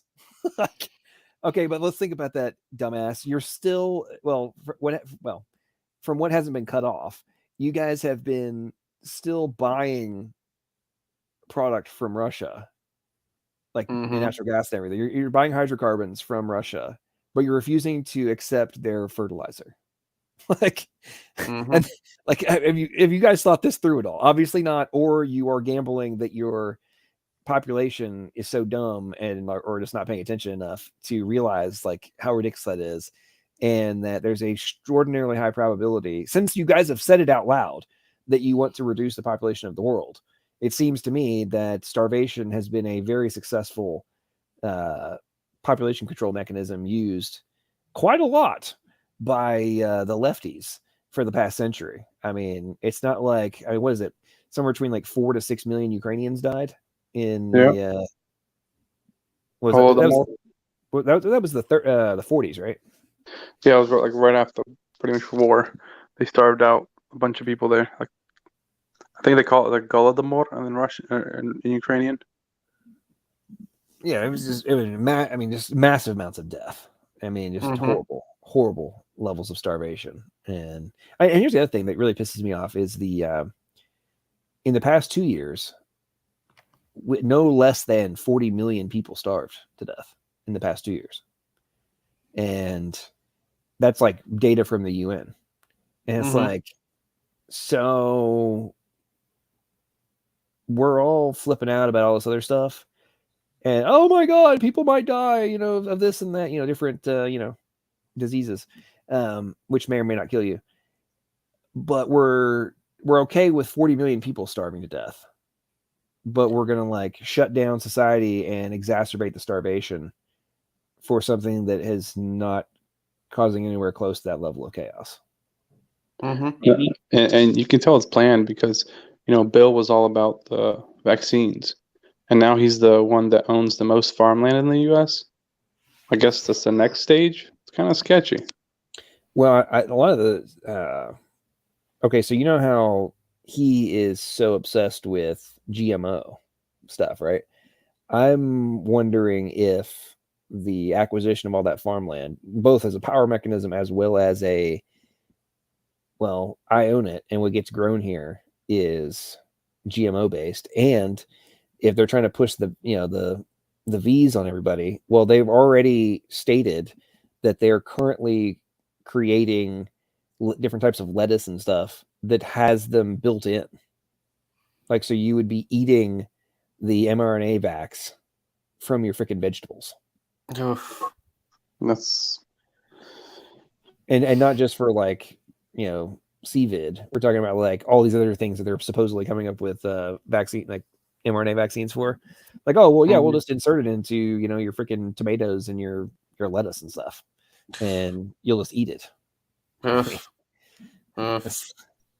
that's why we planted a garden this year. It's not a big one, but Yeah, I bought a bunch of grow bags and stuff. I'm doing some tests right now as well. Very dodgy indeed, actually. Well, I mean, when you're talking about a group of people who has publicly stated their objective is to reduce the population by 90% by 2030, I mean, it's no longer conspiracy theory when they say it out loud what their objective is, So then putting in a monkeypox and put that with COVID, and that'll be wiping out quite a bit.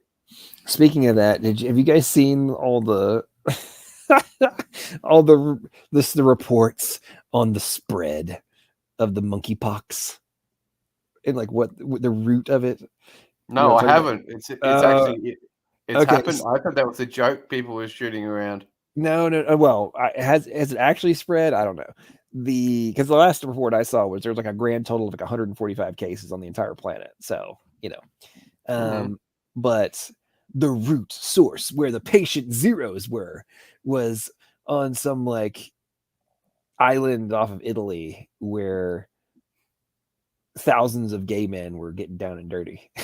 And it's like, this is monkeypox is spread by skin to skin contact, and we're very concerned that as the summertime is coming, that all the young people, they're going to be out on the beaches and partying and banging, bumping uglies, banging men are going to be This is going to cause like a massive spread of the monkeypox. And I'm just like, so basically you guys are arguing that the all the gay dudes banging each other are gonna be the root cause of the monkeypox. Like, you can't make this up. Like, you cannot make this up. No, they ain't banging me. Sorry. Oh man, it's just too good. Like, but the way I look at it, it's gonna be the same thing as they're doing in Pakistan right now. They're giving out ID cards to everybody, and that's the only way you can get food. I mean, oh yeah, well, and Australia is already set up for that. I don't think they're implemented it yet. And correct me if I'm wrong on that, Andrew, but the what was the app you guys had to have on your phone and like scan when you went places?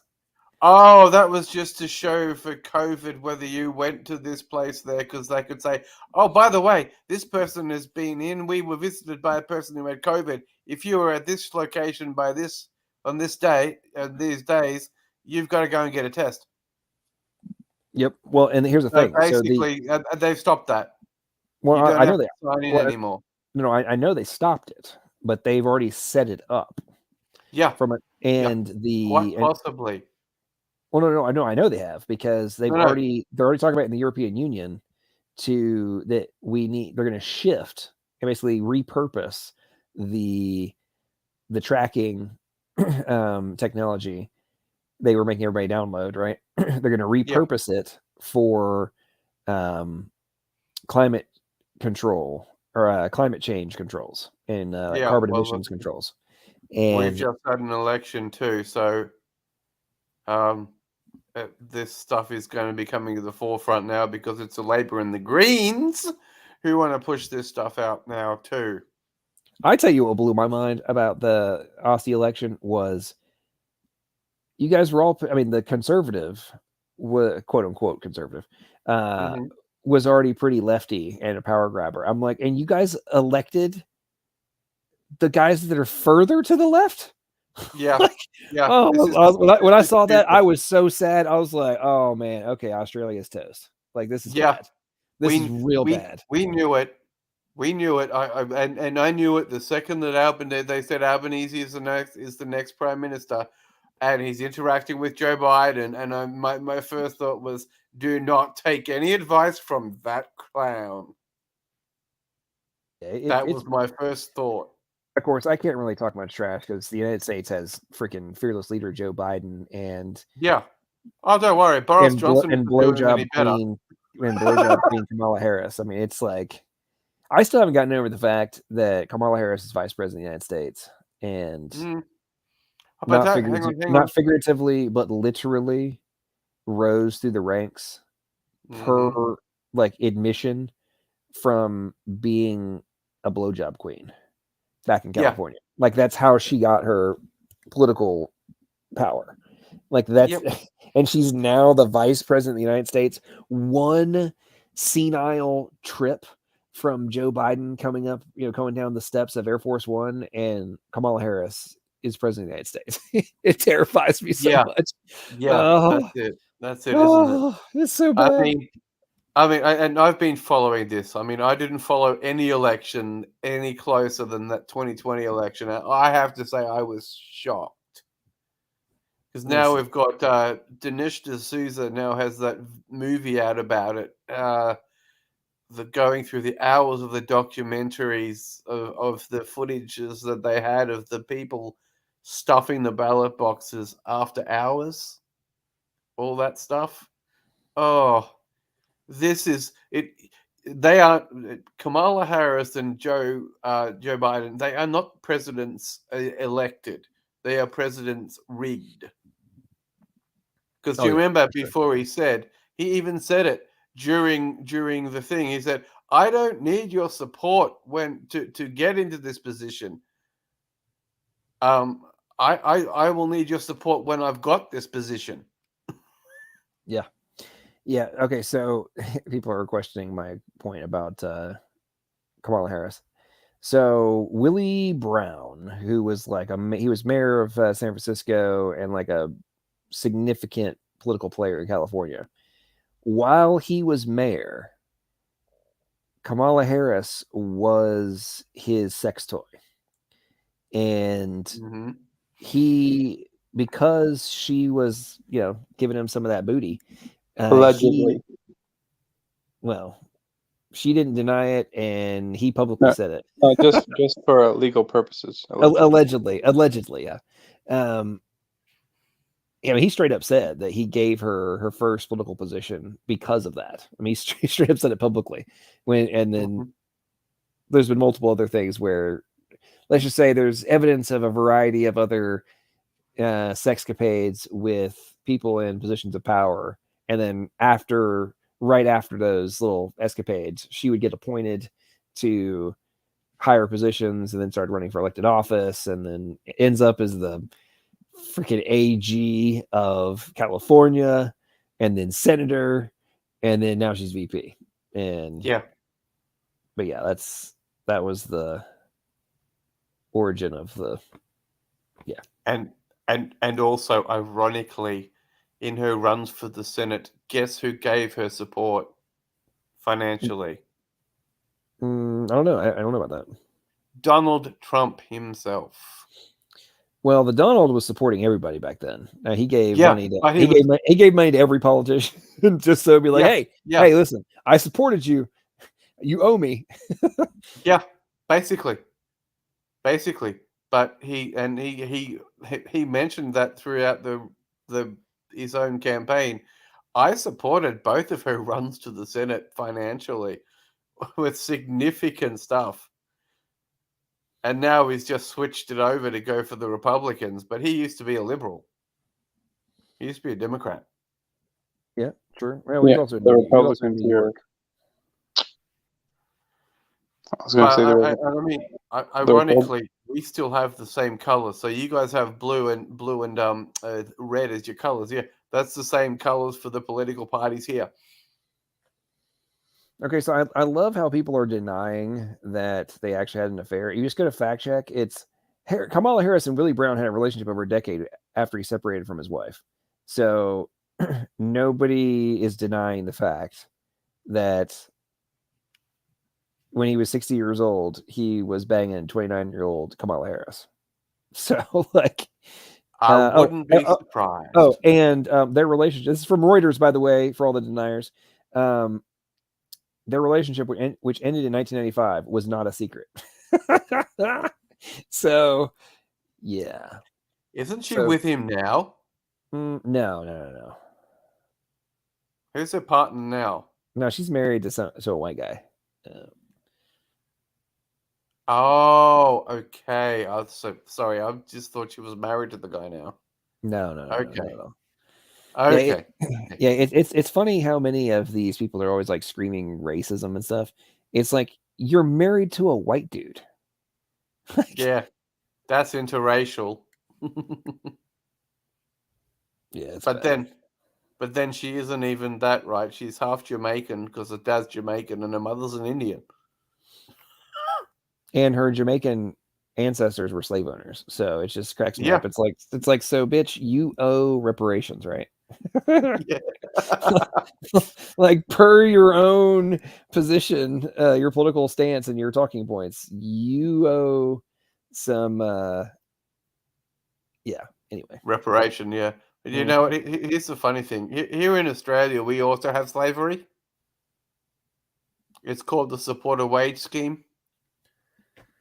Oh, yeah. Basically, if you have a disability and you have barriers to employment, you can go to these special agencies which the government funds, and you apply for the jobs, and they get you into the jobs, and they help you out as far as they go. They equip you for the job. You get paid, though. You get paid somewhere like the average of $10 Australian under the hourly rate. So if the position is $27, you will be paid at about $15, $16 an hour. You will effectively lose. Well, I tried to do the maths one time, but when I did it last time round, I lost $300 or $400 a fortnight to gain $140 Australian a fortnight. Basically, but in Australia, the slave trade is alive and well. and supported by the government. Well, I'd say something I saw pretty interesting in Australia announced recently was I forget the name of the grocery store chain, but the whole if you Woolies, Coles, IGA. it might be Coles. I think it was Coles. You get an extra like 10 days of paid vacation if you're trans, if you identify as trans. Yeah, I haven't heard that one. Yeah. So here, okay. So I think it would be hilarious. I was joking about this earlier. So if you could get basically free money, then what you need to do is identify as a triple trans. How do you do that? Well, I identify as a man who became a woman who became a man. So I'm a triple trans. Okay, I don't even have to have surgery. Like, you know what? That's very true. Because there is one guy in America. If he's still alive, he's approaching 84, 85.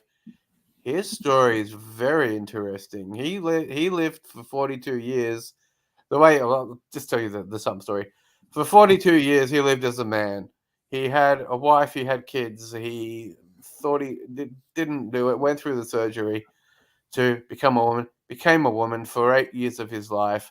Then, at about age 50, didn't solve his problem. So he did what a growing number of these older people are doing, and he decided to retransition. So he went back to being a man, and he actually became a Christian afterwards, obviously. And he's on a documentary, and he's one of the few people actually willing to help these people who are struggling with this trans stuff. And he's actually trying to advocate to get them out of actually even going through with it because of the damage it actually does to the body. Interesting. His name is Walt Hyatt or Hire, one or the other. Heyer. Anyway, I'll have to check that out. Yeah, but yeah. So in this context, I mean, there's already precedent per your point, right? This guy exists. There's already precedent for being a triple trans. So yeah, he's gone back to being a man. He's back to being Christian too. So I'm just going to mentally identify, like in my own mind, I've done both, and how long it took me to do both is not. I mean, that has no relevance. So I think that I need special consideration and extra benefits in order to, if you want to be tolerant and accepting of all sorts of people, then I don't know. I'm just saying. I think it seems pretty reasonable at this point. I say all you gotta do is yell loud enough and scream, and then you probably get your way. I mean, that's how these children are getting their way here. Yes, Hurricane, I am still dating. She's not a squirrel friend, but yes, the beautiful woman. Yes, I am not a furry, Hurricane. Okay, she's not a squirrel friend. She's a human female friend. But yes, we are still dating, and she's still awesome. Very good. Oh, well done. Well done. Congratulations. Yeah, actually, coming up like next week is 6 months we've been seeing each other. Whoa. So, yep. That's good news. Sorry. I mean, this is the divorcee speaking. Hurricane says girls are squirrels. Yeah. Girls are squirrels. Okay. So where are the hot squirrels? Yeah. Hurricane says I call my wife my squirrel friend. Yes, I still don't know how I pulled it off. We're still seeing each other. She's amazing. And you won the heart, dude, and you kept the heart. That's the thing. I hope so. Look, that's the problem. Winning the heart is one thing, keeping the heart is another matter. Nobody has written any books about that. So Hurricane, I agree with you. Hurricane says, I know it's hard to believe that a woman would marry me, but it's true. I feel the exact same way. And I keep waiting for the other shoe to drop that she's not actually into me. Like I keep waiting, I keep waiting for that, and it's like there's no way. How have I gotten this one? Like but hey, I'm at this point. The amount of serendipitous aspects to meeting her, all that kind of stuff is it's freaking nuts. So I've just come to the conclusion that for some unknown reason, God has given me a significant blessing that I do not deserve, and I'm doing my best not to screw it up. Well, you don't deserve it, so keep it. Exactly. Yeah, but it takes work to keep things like that. It does, and it's valuable in the end. Trust me. It's more valuable. Oh! Listen, I'm not doubting that. I screwed up. See, about 5 years ago, I had a good relationship, and my dumbass, she wanted to get married, and you didn't. My dumbass was too afraid to like, the commitment, and it wasn't much about the commitment. It was more like am I ready for all this stuff, And you're never ready. Oh yeah, I was so dumb. So we broke up, and 6 months later, another dude. Actually, well, wasn't that long after we broke up that this other dude like was already trying to get her, and then he asked her to marry him like less than 6 months later, and they were married in like 8 months after we broke up, and I was like, yeah, well, way to be a dumbass and not recognize like you knew you had something good. This other dude clearly recognized he had, the opportunity, and he was smart enough to seize the day after your dumbass let a good one get away, And, but even within the church, the divorce rate, and in Australia, I'm going to talk about Australia, but the divorce rate is huge, even within the church. Oh yeah, I mean, divorce rates are still over 50% here in the States, even for Christians and stuff. The the woman I'm dating right now, I have no idea how dudes before have not tried to jump that one. Oh yeah, I'm just like, I don't even understand how this girl has gotten away, because I mean she's only a year younger than me, and I'm just like, I don't even understand, like how is she still available at this point? Like, what have these idiots? And she was telling me about how, like, 5 or 6 years ago, she got all depressed because she like wanted to find somebody and all this kind of stuff, and things didn't work out with the guy she was dating, and she kind of had like a little rebellious streak against God because she felt like, I've been being good all this time, like trying to find somebody, and find the right one, and yada yada yada. So she kind of got pissed off at God basically, and kind of went off a little streak there temporarily, but came back obviously. Oh yeah, it was like I mean, when I say when I like a very short period of time, and then was like back. And she, even like her bad time was very tame compared to I'm rebelling. And it's like, yeah, so you're still being better than like 95% of women out there. Okay, got it. But here or there, I'm just like, well, so you dumbasses, meaning previous men, had a gold mine who wants to be a good woman, and you guys didn't seize the opportunity. And especially in the current era in which we live, like the good ones are so rare. Like, if you come across one, like, don't be a dumbass. And which is why I'm like, with this one, I'm like, there's not a chance I'm going to do everything in my power not to screw this one up, is basically what I'm saying. That's good. That's great advice. Just stick to that and you'll be okay.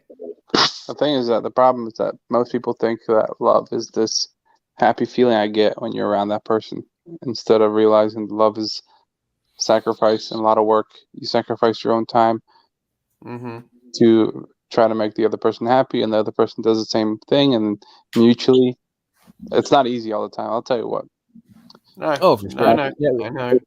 I'm married for already almost 7 years, and I don't know if I should tell this because this is on air, but there's been a few times that it was like to the point I'm like, why did I get married? But overall, if you stick to it, realizing that everybody has flaws, everybody has issues. I got issues. My wife has issues, and we have to work together to round off the edge, the sharp edges. So, we grow and become better people together. Yep. No, what you said is very, very correct. And there's interesting studies on how every 7 years there's a spike in divorce. And so you think about this. So if by year 7, like every series of 7 in a relationship, there's a spike in divorces, then obviously the conflicts probably started in year 5 or year 6 of that cycle, right?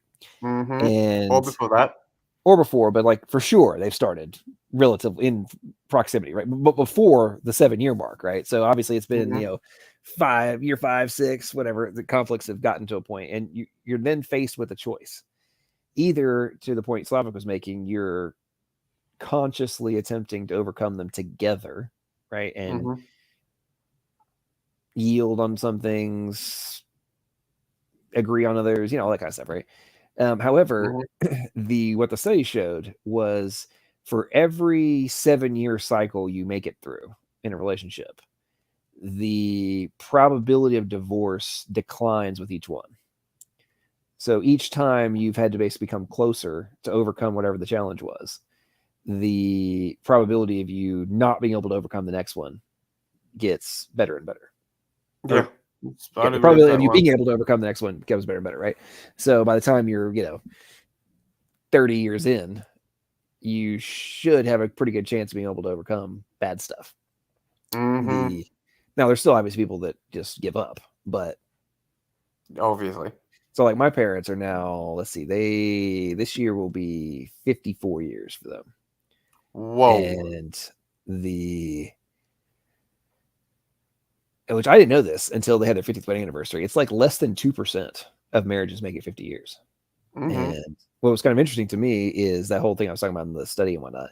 My mom, when I told her about it, she's like, "Oh yeah, that makes sense." And then she kind of told me about different things that her and my dad had gone through over the years, and that, oh yeah, it was kind of the point you were making, Slavic. Like, oh yeah, there was some times when we came pretty close, and whatnot, but we eventually decided that we were a team.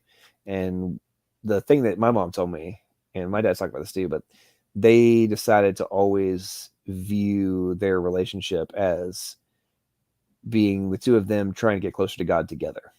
And that when they always try to focus on the aspect of getting closer to God, it enabled them to come together closer and closer as humans and become stronger and stronger as a team to overcome the problems.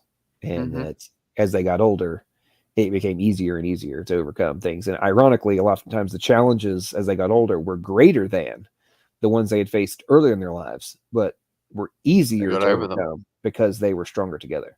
And I've thought about that a lot in relation to the skyrocket of divorce in the modern era of, if we're so conditioned now to be individuals from a career perspective, and, well, I don't necessarily need you, and, all that kind of stuff.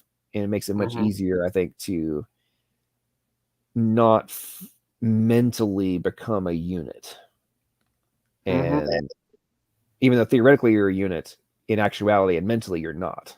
And then also because of a resources perspective, it's much easier to just be like, okay, well, I'm leaving you. I don't need you. See ya. And then move on to the next thing. Yeah, my folks are 46 this year. Wow, that's a serious achievement too. So, the thing is that I think for me, the way I look at it is that, Paul says that we as Christians, you're supposed to love your wife as Christ loved the church and gave himself up for the church. The way I look at it is, if I stand in front of God and he says, I gave you my daughter, how did you treat her? Throughout your marriage. Like I got two girls. I actually would be, when they get old enough for marriage or whatever. Yeah. I will be talking to all the potential suitors to make sure that they're going to treat my girls right. I don't want to be standing in front of God and God be like, yo, I gave you my daughter, and what the flip did you do with this? Yeah, look what you did. I'm sorry, you're not in. You're a bad parent. Not just in, like, I mean, he gave me a I'm joking. responsibility.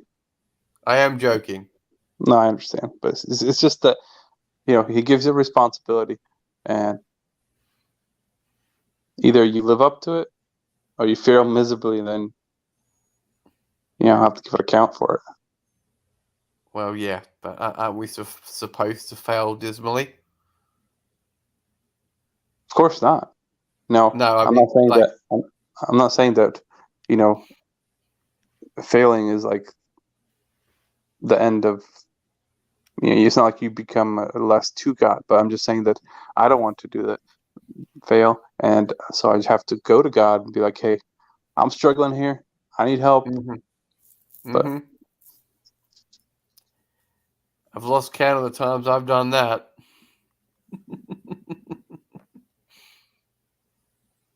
We all. But I got through. Points. I got through. That's the main thing. You're right. Sorry. It's the challenges. My wife sent me a video on communication in marriage. I forget some Christian pastor he's been doing, and I was like, man, you know, it's not too bad. Some of the ideas, you know, while you're struggling through everything, it seems like it's easy to, like, one of his techniques. He said, if there's an argument, make sure that you can completely say, you know, the other person's argument to their satisfaction, and then you can either rebut it or whatever you get. But you have to make sure that first you can completely repeat their argument from their perspective, so they can actually agree with you and say, yes, that's exactly what I meant. Because he's like, most of the people, they don't actually listen to the argument. And to be honest, that happened in our marriage pretty often early on. I'm assuming we're getting better because a lot less arguments. So basically, you're saying that you need to be able to do an internal critique and steelman your significant other's position. Exactly. If you want to mitigate conflict and actually have a higher probability of success in both connection, communication, and solution to problems. Exactly. But to be honest, for me, it was actually a little bit different. I had a different problem because I'm very analytical and I like to think through problems and be like trying to see that where a solution can happen. Right. My wife, she's like, well, we'll go with the flow, and you know, she and I'm like, okay, explain yourself. And she's like, you got to give me some time to think about it. I'm like, no. We got to go through it right now because, like, you know, we're got to think through it. And she's like, yeah, give me some time. And I would get frustrated. And so, like, then I realized that, you know, there's different people that they speak in different levels of just comprehension, or not even comprehension, but like they care about it, about certain topics or certain ideas. And like one of my brothers, I talked to him and he's like, yeah, every time I talk to you, it's kind of hard because you like to dig to like the deepest possible idea to start from the beginning, right? And he's like, I usually just start right here and go from there, and I don't need to worry about the beginning, nothing. And it's the same here with my wife, and for me, it's really frustrating because I like to start from the beginning, and she's like, no, you know, I haven't even thought through that whole idea yet. I'm like, trust me, I totally get where you're coming from. And what's always frustrated me in just modern mental states is the whole concept of emotions, right? And people like to act as if their emotions don't have, and from a decision-making perspective, that their emotions don't have a root logical cause. And whether or not their reasoning is correct does not remove that there's an underlying logical cause to whatever their emotional state is and how that emotional state is influencing their conclusions. And so it's like I always want to go to the root because I'm like, okay, I recognize that if I'm pissed off about something, there's got to be a reason why I'm pissed off. I'm not just pissed off, right? No, I'm just uncontrollably angry. Like, no, there's a root reason for why I'm mad or happy or sad or whatever the emotional state is, right? And the influence of that mental state on my decisions, if I can, to the point Slavic's making, if I can go to the root, I might be able to. The likelihood of me able to come to a more reasonable conclusion goes through the roof, right? If I'm able to identify why I'm in that emotional state. And in the modern era, people are like, want to just dismiss that. And like so many people I've talked to act like emotions and root logical causes are completely separate. And there's no conjunction between the two. And it's like, what the hell are you talking about? That drives me up the wall. People don't want to do that. And one of the things that I don't know, have I ever told Slavic? Have I ever told you about the red zone, blue zone with men and women? Ever told about that? No, I don't think so. Okay, so I came across this study, which I've been trying desperately to find ever since again. But this is like over 10 years ago. I came across a study. I think it was done at like Stanford or no, I think it was Harvard. I think it was a Harvard study. Anyway, they did this like major study of men and women, and when they like did brain scans and were identifying the locations of like positive and negative memories, okay, and then they would purposely get the man and woman, like relationship people, right, pissed off at each other, and then they were doing analysis of what memories were being accessed in the heightened emotional state. Okay. And what they discovered was that at a certain level of anger, that men, number one, start trying to become very analytical and explain their positions usually, and like using like previous experiences to defend their position. Usually like good things that happened or whatever, like, hey, what are you talking about? Are you mad about X, Y, and Z, right? What they discovered about the woman was while she was pissed, it seemed as if and this is like 100%, but the vast majority of women were literally temporarily not accessing the good memories and were having a hyperactivation of negative memories. So I call this red zone, blue zone. Okay. So think about this from an argument perspective. You're in a fight with your girlfriend, wife, whatever, and you are now an asshole, and she's now bringing up like every bad thing you've ever done for like the entirety of your relationship. And you're like, babe, that was like 2 years ago. Like, what are you talking about? Like, why are you mad at me about this now? Right. And then you start like trying to explain, like talk about all the good stuff that's happened. And it seems like all of that is just like completely like she's glassed over, and like none of the good stuff that you've done in recent memory is remotely being recognized. Right.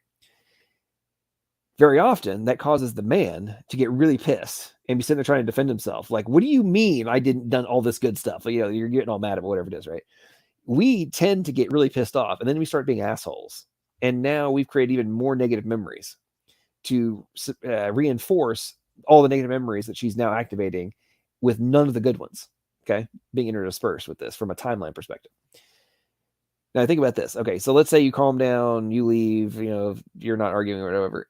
Very, very often, the next day or hours later, the woman comes and like apologizes for being all mad at you and like, I'm sorry, I was being all over the top, yada, yada, yada.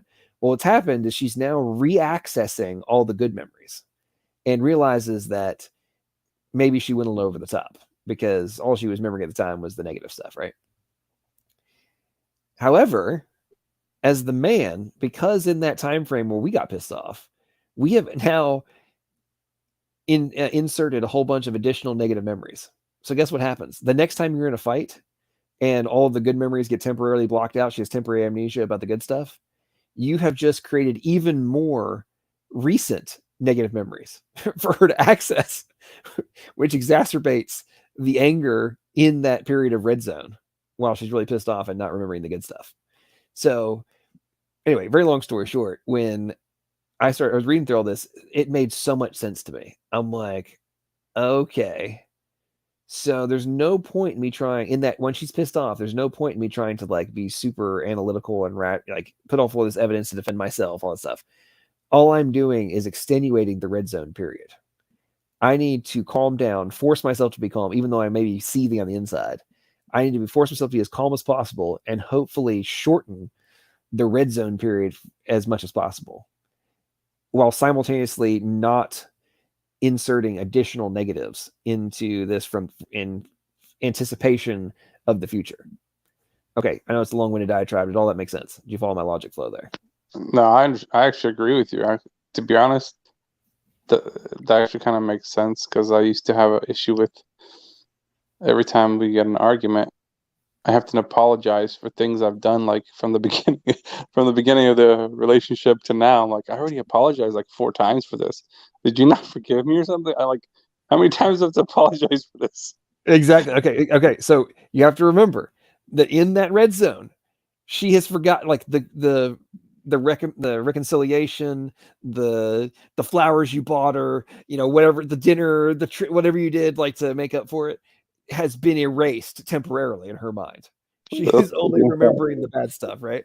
So for me, when I realized this, it made it so much easier for me in the future to like just be chill as much as possible, because I'm like, there is absolutely no point in me arguing and trying to be like, do you not remember how we like, you forgave me for this, like we've been good on this forever, like you're saying, of course, as a man, you're getting super pissed, right? Like, I thought you forgave me for this. Are you going to hold this over my head forever, right? Like, I went on my way to make up for this. You're just getting pissed on the inside, right? Like you're sitting there trying to be like, woman, do you not remember when we did this and this and this and this and this, and you told me you loved me, like, all that kind of stuff, right? We're getting furious, and it's like completely pointless.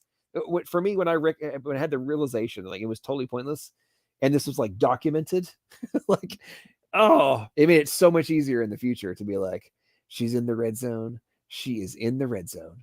Just don't be a dumbass and try to get her back in the blue zone as soon as possible, and everything is going to be okay. Like you can make it. And, that's anyway. funny.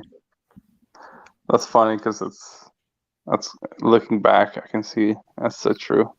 And to be honest, it took me a while to figure out to just kind of like let it go, and I'll be fine.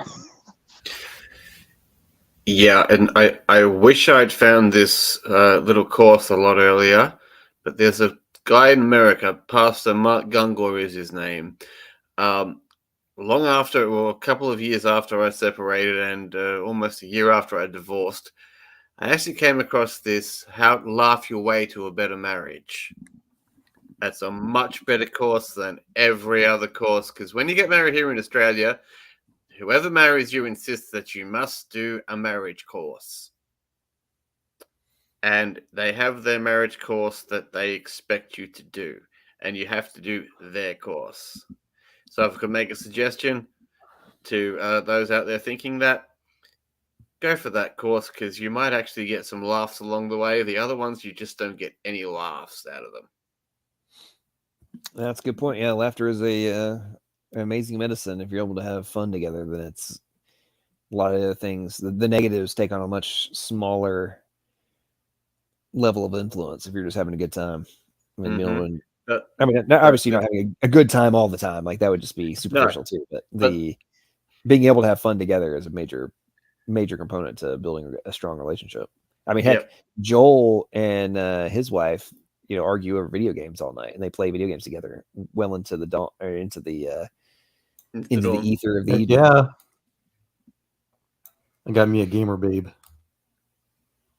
Yeah, but there's a particular element of the course that he does, and it is utterly hilarious. It's called the Tales of Two Brains.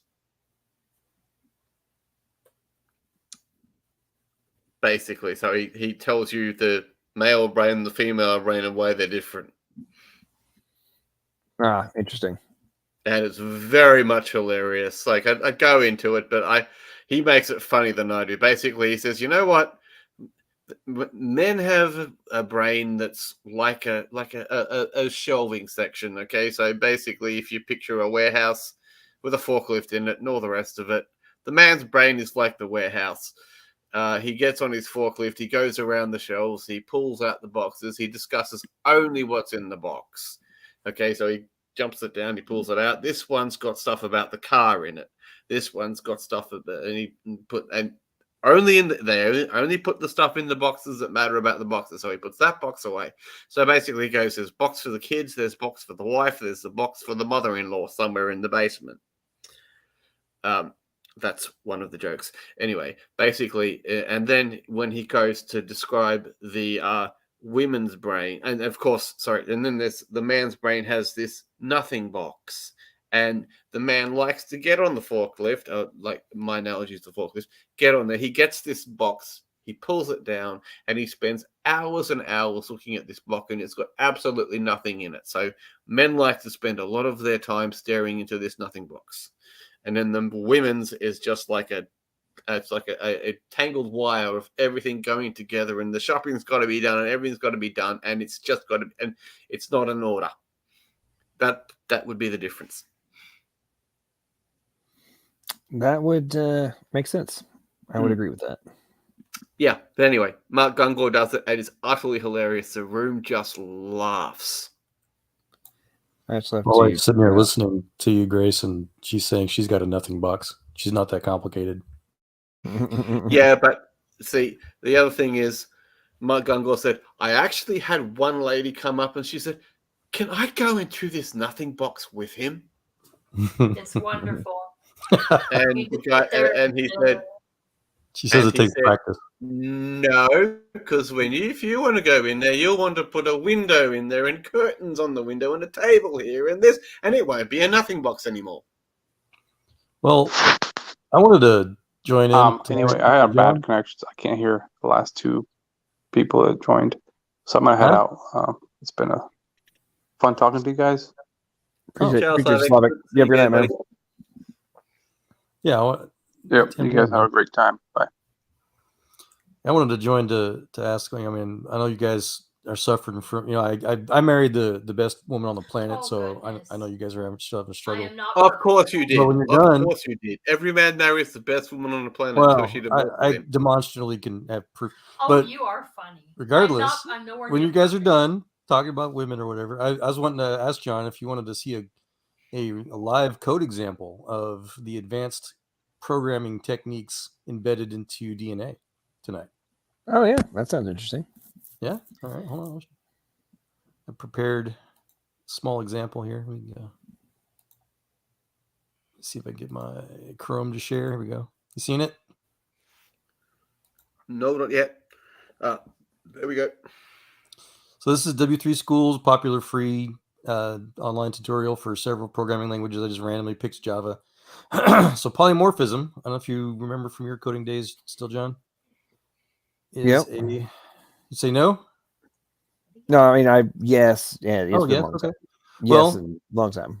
It's a fairly advanced form of programming. It's core for what's called object-oriented programming languages. Yep. The most coded, cute. The most coders out there will recognize. And this is just a real basic example. They're showing how you've got an animal class or a superclass, and then you can make subclasses of basically different types of animals. It extends the animal class, and you can basically use the same function with different purposes, right?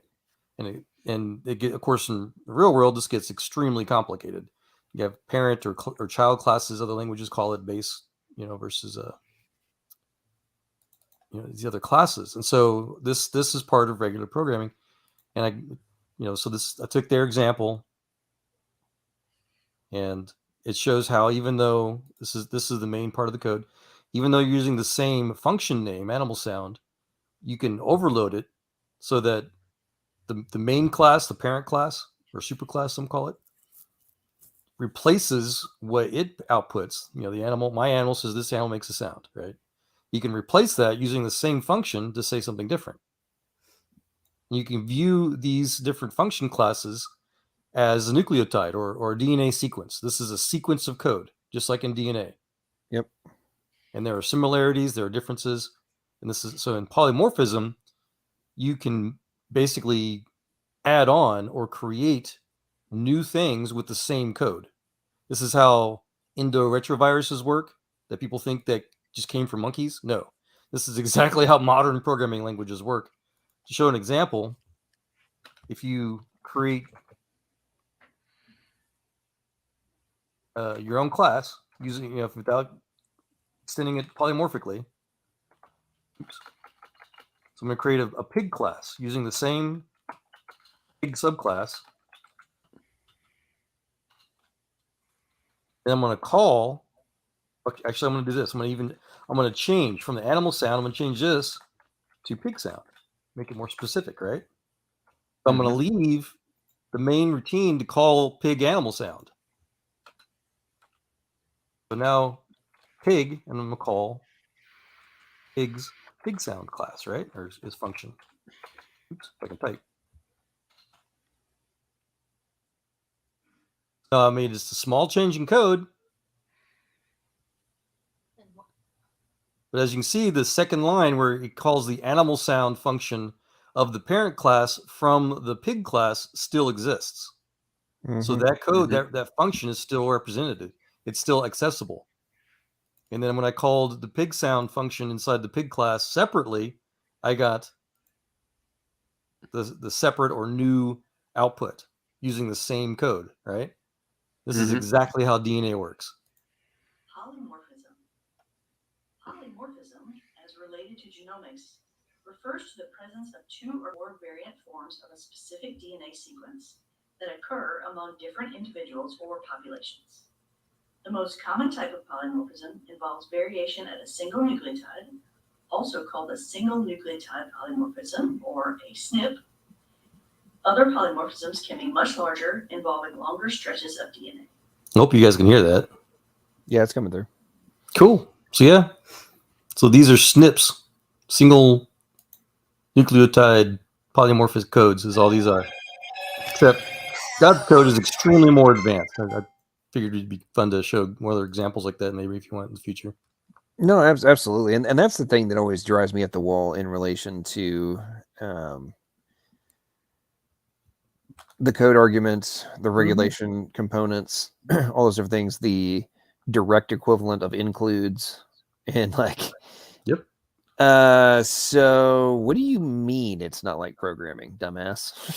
Like it's exactly what it is. And to your point, more advanced than like there's just so many different layers to it that we don't even understand yet. Yeah, We know that mankind's code, our Sweebach, our software engineering body of knowledge is like caveman technology compared to God's DNA code. Well, and the part that one of the things that gets me is the ability to fold different components into other ones and then have a complete function that happens when you're like folding all these things into like, oh, well, if you do this fold of the chromosomes into each other and like execute this thing, these things, then the output is different than if you do it in a different fold. And it's like, what? That's the three-dimensional. Yes. Right. And I'm like, code, what? Our code is two-dimensional. It reads left to right. It's flat. It's a line. Whenever all that code that I just showed, when it gets compiled, it gets put into just a single line of ones and zeros in machine language. Yep. But God's code, it's a single line of zeros, ones, twos, and threes. Basically, 4 different. It's a quaternary instead of binary code bit translation. But it changes. The code literally changes based on its shape. It's 3-dimensional shape. And that goes to the old junk DNA argument I'm sure you're familiar with. What used to be assumed to be just random old leftover evolutionary junk that had no purpose turns out to have an extreme purpose. It's basically scaffolding. It's non-random coding, or inactive coding they call it now, specifically designed to allow the shape of the rest of the code to match specific spots at specific times. It changes so that the rest of the entire program works. Yeah. Without the junk DNA, there would not be life. 100%. I mean, there was a paper that was published recently on the short tandem repeats that are directly in line with the point you're making. Like, oh, if we don't have these, not just in the right spot, but of the appropriate length, then the 3D folds you're referring to don't happen. Or they might fold, but the end output is incorrect and errors. And it's like, oh, turns out there's always like fatal diseases that are caused by, the supposed junk portions being too short or too long. Like there's actually an optimal range for them. Like what? And same thing in line with the. I was reading up stuff on this today, that there's been multiple studies that have shown the thermodynamic stability of a protein collapses somewhere between 3 and 15 nucleotide changes. You have a collapse of it, or sorry, amino acid changes, not nucleotide. So basically, if you have 3 to 15 codon errors in the nucleotide arrangement, then, which obviously that's going to equal somewhere between 3 and 15 amino acid errors, you have complete protein fold collapse. Like it's error, right? And to me, when you think about it in relation to our software, I mean, as you know, it cracks me up, like the dumbasses ever like, if you had errors like you have in DNA in our software, like you'd be fired. And all this guys, it's like, you don't think that there's like Hamming and a plethora of error correction codes that are making up for slight errors and like in the way things are being expressed? Like, come on now. Well, I've been coding for 39 years now, John, and I design, I write advanced AI coding for a living today. I would fire somebody who said that, what you just said. Right. That means they don't understand a fundamental level of basic coding, much less recognize extreme, super advanced code like in DNA. Yeah, and the other point, the fact that it still works with the whatever supposed errors that we're barely understanding, the fact that it still works is just mind-blowing. Well, absolutely. And here's the thing that really pissed me off. So for those of you who don't know, I had a debate over on MDD a couple days ago. And in the comment section, I've been getting massive amounts of entertainment just reading through that stuff. But one of the comments that was made about my level of ignorance was this whole point that I'm talking about now, and errors in the code, and God must suck because there wouldn't be this many errors. And I'm just like, okay, genius. Like genius, if we take the shielding off of your freaking hard drive, and you have radiation, you have water, you have heat, cold, all this kind of stuff, and you're trying to run a program, you're going to have all sorts of data loss. Well, even with all of that in place, it still degrades. Well, I know that, but I'm just saying, like, if you put your hard drive lasts 10 years. You put a computer in the same scenario, like the same environments as an organism, and you're talking minutes, maybe a few hours before you have absolute catastrophic failure, like guaranteed. The amount of data corruption that's going to happen is going to be off the charts, right? And it's like, hello, genius, go drop your laptop in a pond and see what happens. Yeah. Put it in the freezer and see what happens. Why I got so fascinated with genomics just as an advanced programmer, because when you start to try to recognize and just really learn how things like line 1 retrotransposons, for example, there was this big controversy about how jumping genes, I used to call them, were code accidents. They were parts of the substrate of the actual code itself breaking off, floating around, causing problems, causing havoc. How the heck does DNA work with all these chunks literally breaking off and floating around? And then scientists, not biologists, sorry, information scientists, learned that the program, the DNA code, was breaking those code snippets off on purpose, and that there were line 1. They're called line 1 now. I don't know where the name comes from, but there are names for the enzymes and the literal biological algorithms designed in DNA to direct and make those broken off code snippets move to other parts of the code on purpose. And there's other algorithms designed to make sure that that all happens in the right place at the right time for whatever the right reason that we're still trying to learn. And if it doesn't do it right, it corrects it. They're auto-correcting. There's literal cognitive artificial intelligence, literally things that we wish to reverse engineer. Guys like me, we are paid to try to reverse engineer. And again, the hardest part is that it's quaternary instead of binary, but the techniques are the same. We try to mimic God's code for our own. well, and what gets me now is like Literally. with like multiplexing and everything, like we're just now realizing that there's multiplex code in the genetic code. It's what? Like it's mind blowing. And what really if what even drives me up if the I wall, wasn't a Christian, I would be declaring this is obvious alien technology. But as a Christian, I just know it's God that wrote it. Right. I don't know how God wrote it, but it's obviously not random. It's exactly it's the extreme opposite of random. Well, I agree. Real quick, what's up, Atheist Junior? How you doing? Welcome to the stream. Oh, I'm good. You know, it's been a long time since we were on a stream together, and I have to say, why do you think that is, Atheist Junior? Well, I think that last time was literally like the first or second time I was ever on a stream with anybody, and so I really had like no experience doing. You talking about the one where you banned me from your channel? Probably. I got really pissed off, but I wanted to say that. Yeah, you were talking a bunch of shit about me while I was there, and then when you came in, you banned me and refused to allow me to have a conversation with you, and then you talked a bunch of shit afterwards. Well, so I was upset. We interacted like one time. Yeah, I know. And well, you were like massively butthurt about me, and then you banned me. So that was an after show that was on my channel. Yeah, you banned me. You banned me from your channel, and then you talked mad shit about it, and you've talked shit about banning me since then. So, have you had a little bit of amnesia? No, I haven't had amnesia, but I was going to say that I remember that in that discussion, I had said that that a robot had to be made of metal parts, and I was wrong about that. I realize that now. At the time, I'm willing to admit that I was wrong about that, and I was probably wrong about other things too. Oh, he's coming around. He's turning into a creationist. This is the beginning.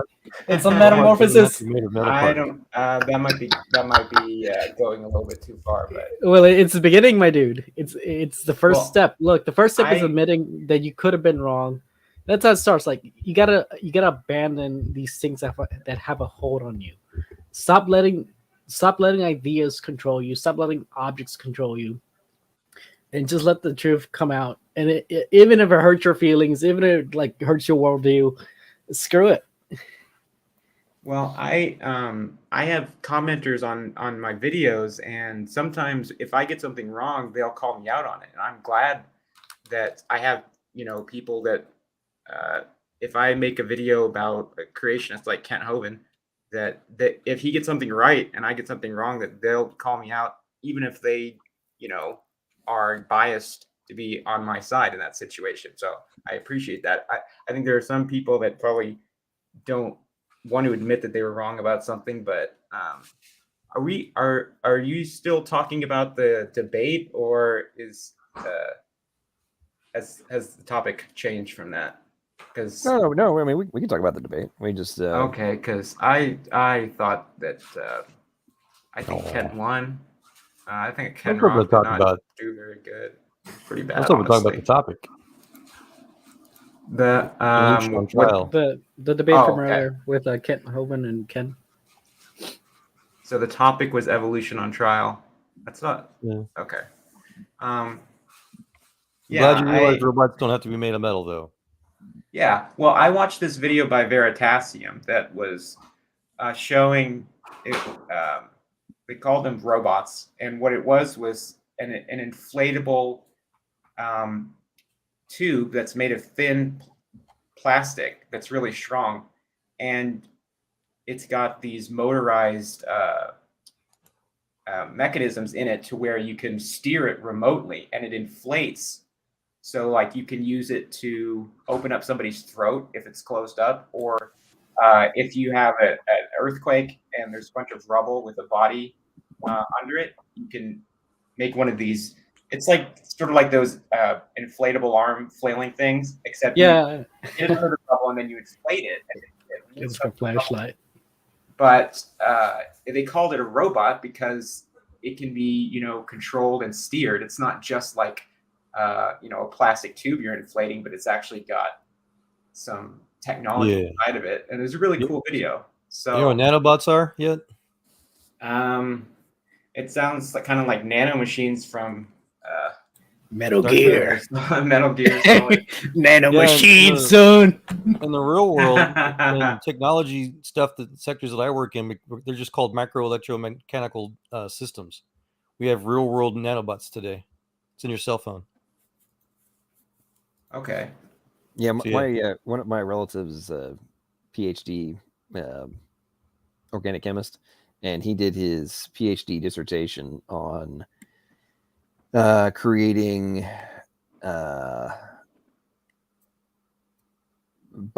logic circuits on the molecular level and for computation and stuff.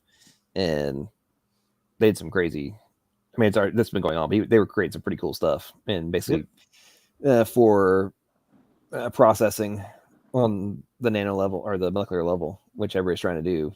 And this was like 13 years ago when he was doing this. But I mean, now, as you know, there's there's billions of dollars going into DNA computers and both for data storage as well as processing. And by the way, Joel, have you been following the new stuff on like the zDNA and how it operates as a computation mechanism?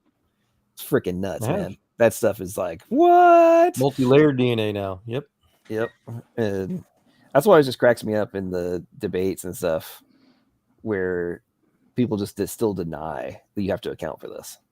I don't give a rat's ass if you want to continue to argue that we're going to find some natural explanation for it, but you can't deny and be a rational human being and deny, or an informed rational human being and deny that it's something you have to account for.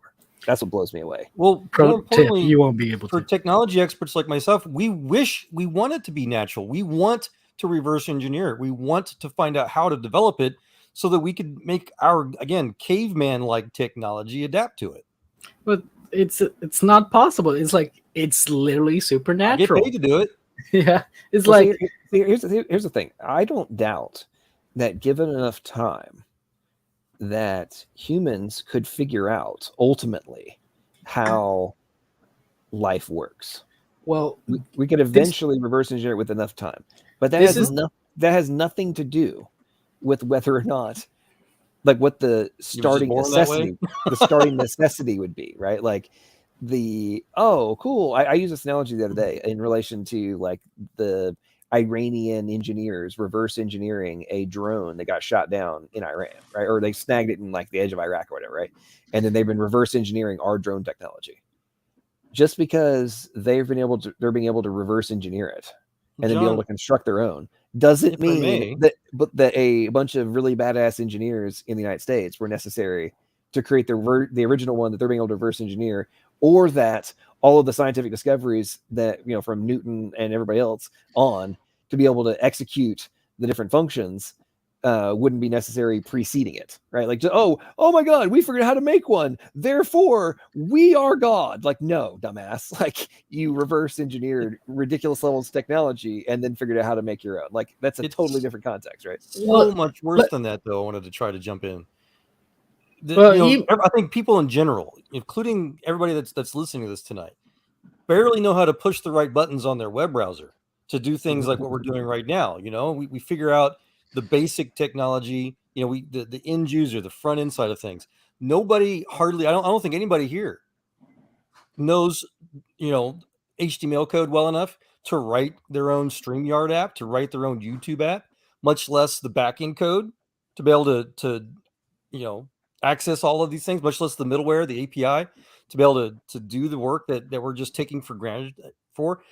Who else here knows the trilogic gates on the motherboard of the computer that you're using, much less the server racks that are supporting all of this massive infrastructure that most of us never have any clue to even begin to know where to learn it, right? Much less try to recreate it or try to talk about it, whatever. I've learned this stuff over decades because I love it, you know, and et cetera, et cetera. I crave to find people that know how ISPs work, that know how the HMI works for under the driver sets for our operating system, much less the rest of the computer hardware. I wish I could find more people. I can only find people like that at work, but people online, like you're talking about, these wannabe evolutionists and biologists and whatever, have zero clue how DNA works, much less the basic technology that they barely pretend to use to make their stupid opinions. Well, Joel, in line with that, what drives me up the wall more than one of the things that really drives me up the wall is the individuals who don't seem to be able to comprehend that every higher level language that they call code in the modern era, like, oh, it's code, right? They're really, they dumbass. You're actually talking about a higher level language, number one. Which has to be compiled, right? Correct. It's like and DNA. Then, DNA is compiled. Yeah. The genetic code is already the machine code. It's already been compiled, right? But the number of times I've had arguments with people about this and just refusal to understand this or grasp this, or it's like, I've had arguments with people over like interpreted versus compiled, and I'm like, jackass. Even the interpreted language ultimately gets freaking compiled into machine code. Yes. Okay, John, like I there is no way around this. It must ultimately become. Can I say something real quick? Code has a compiler.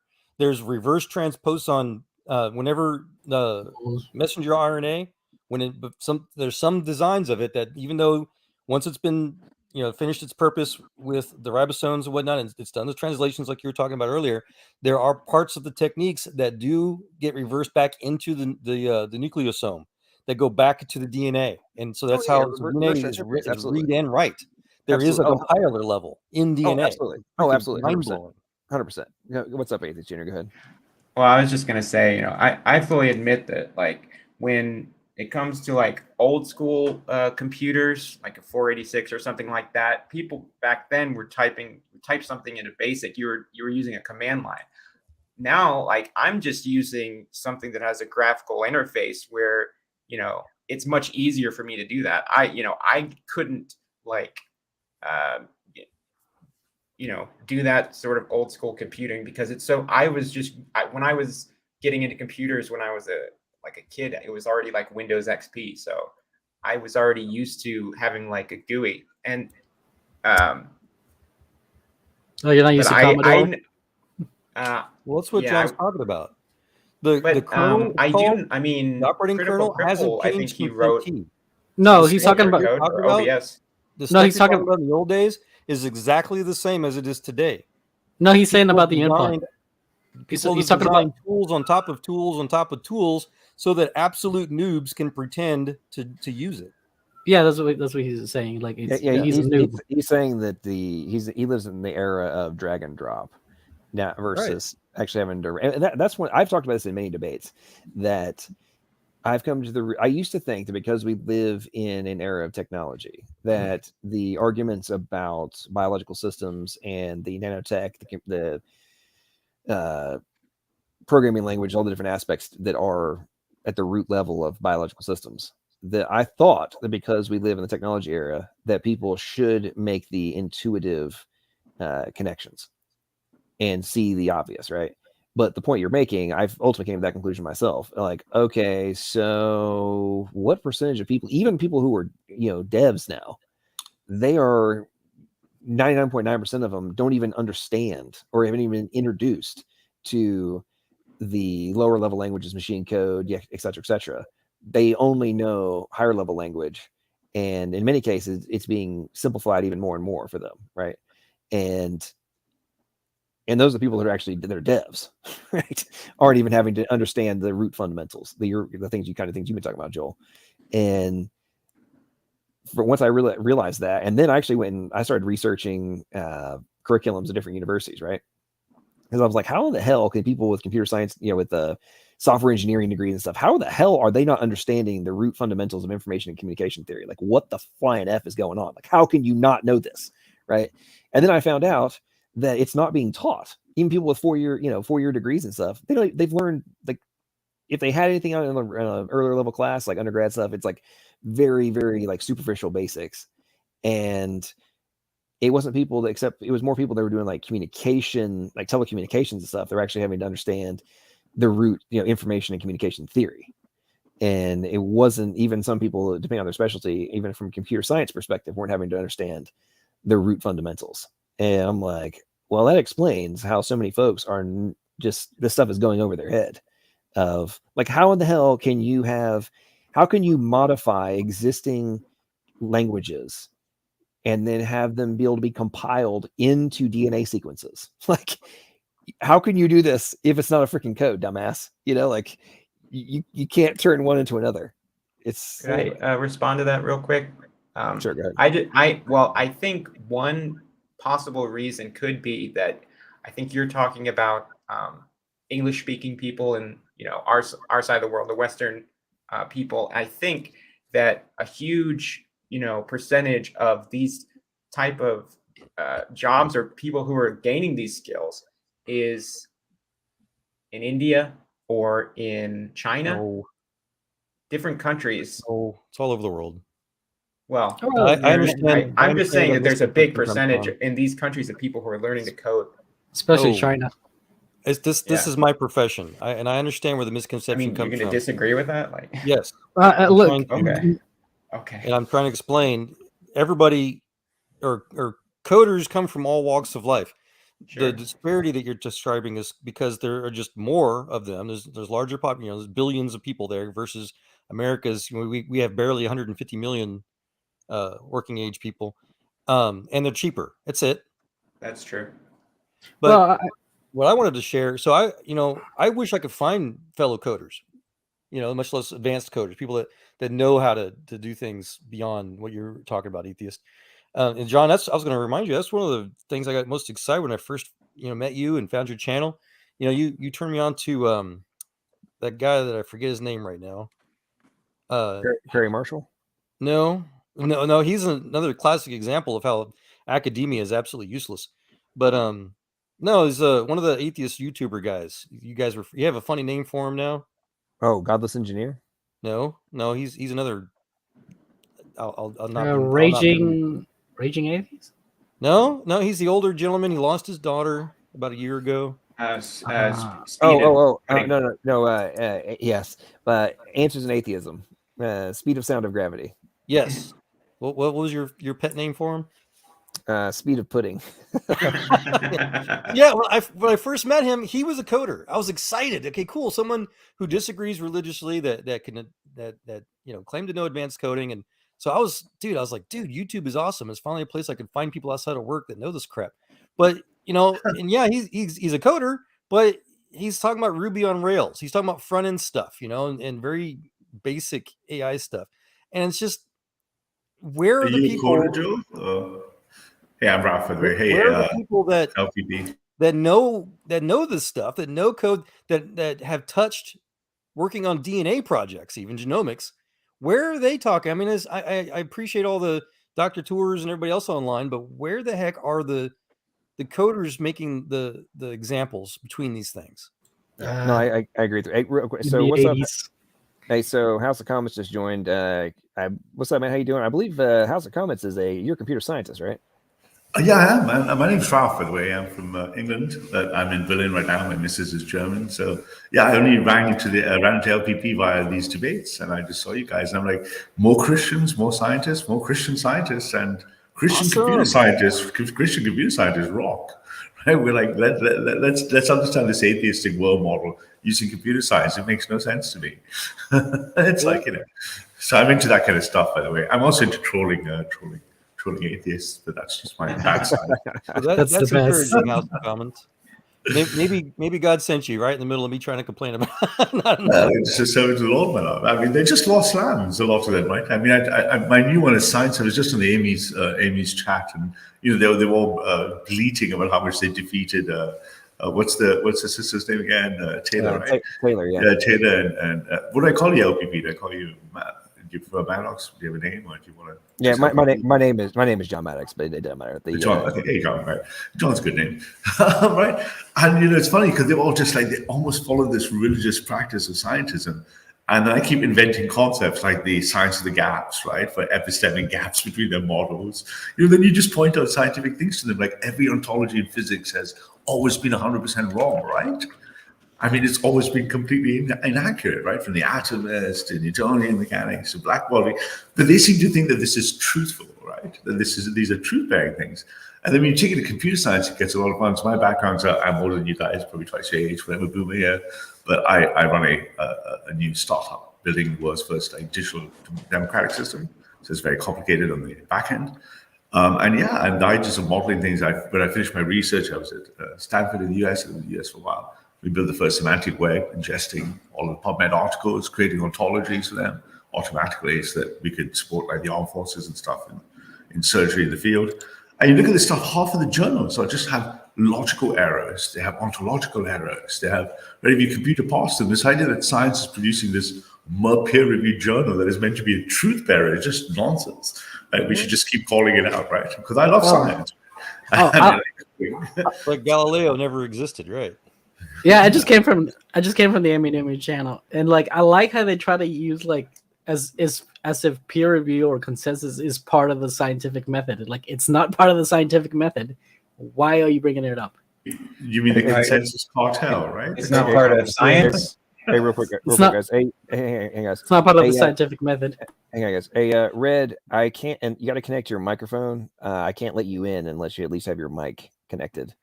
Red Foreman's is backstage. I'm going to jump off LPP. I think I'm going to go over to that stream myself, actually, but I appreciate you talking with me. No problem. Hey, okay, so out of curiosity, before you leave, why did you and what's his face withdraw? Maddie from the debate on modern day debate. Yeah.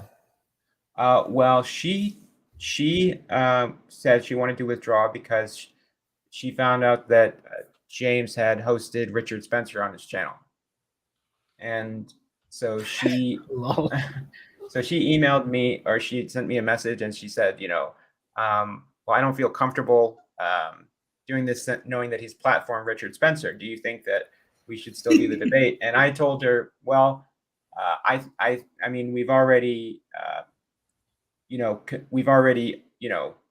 agreed to the obligation of doing the debate. So I would say that we should follow through with it.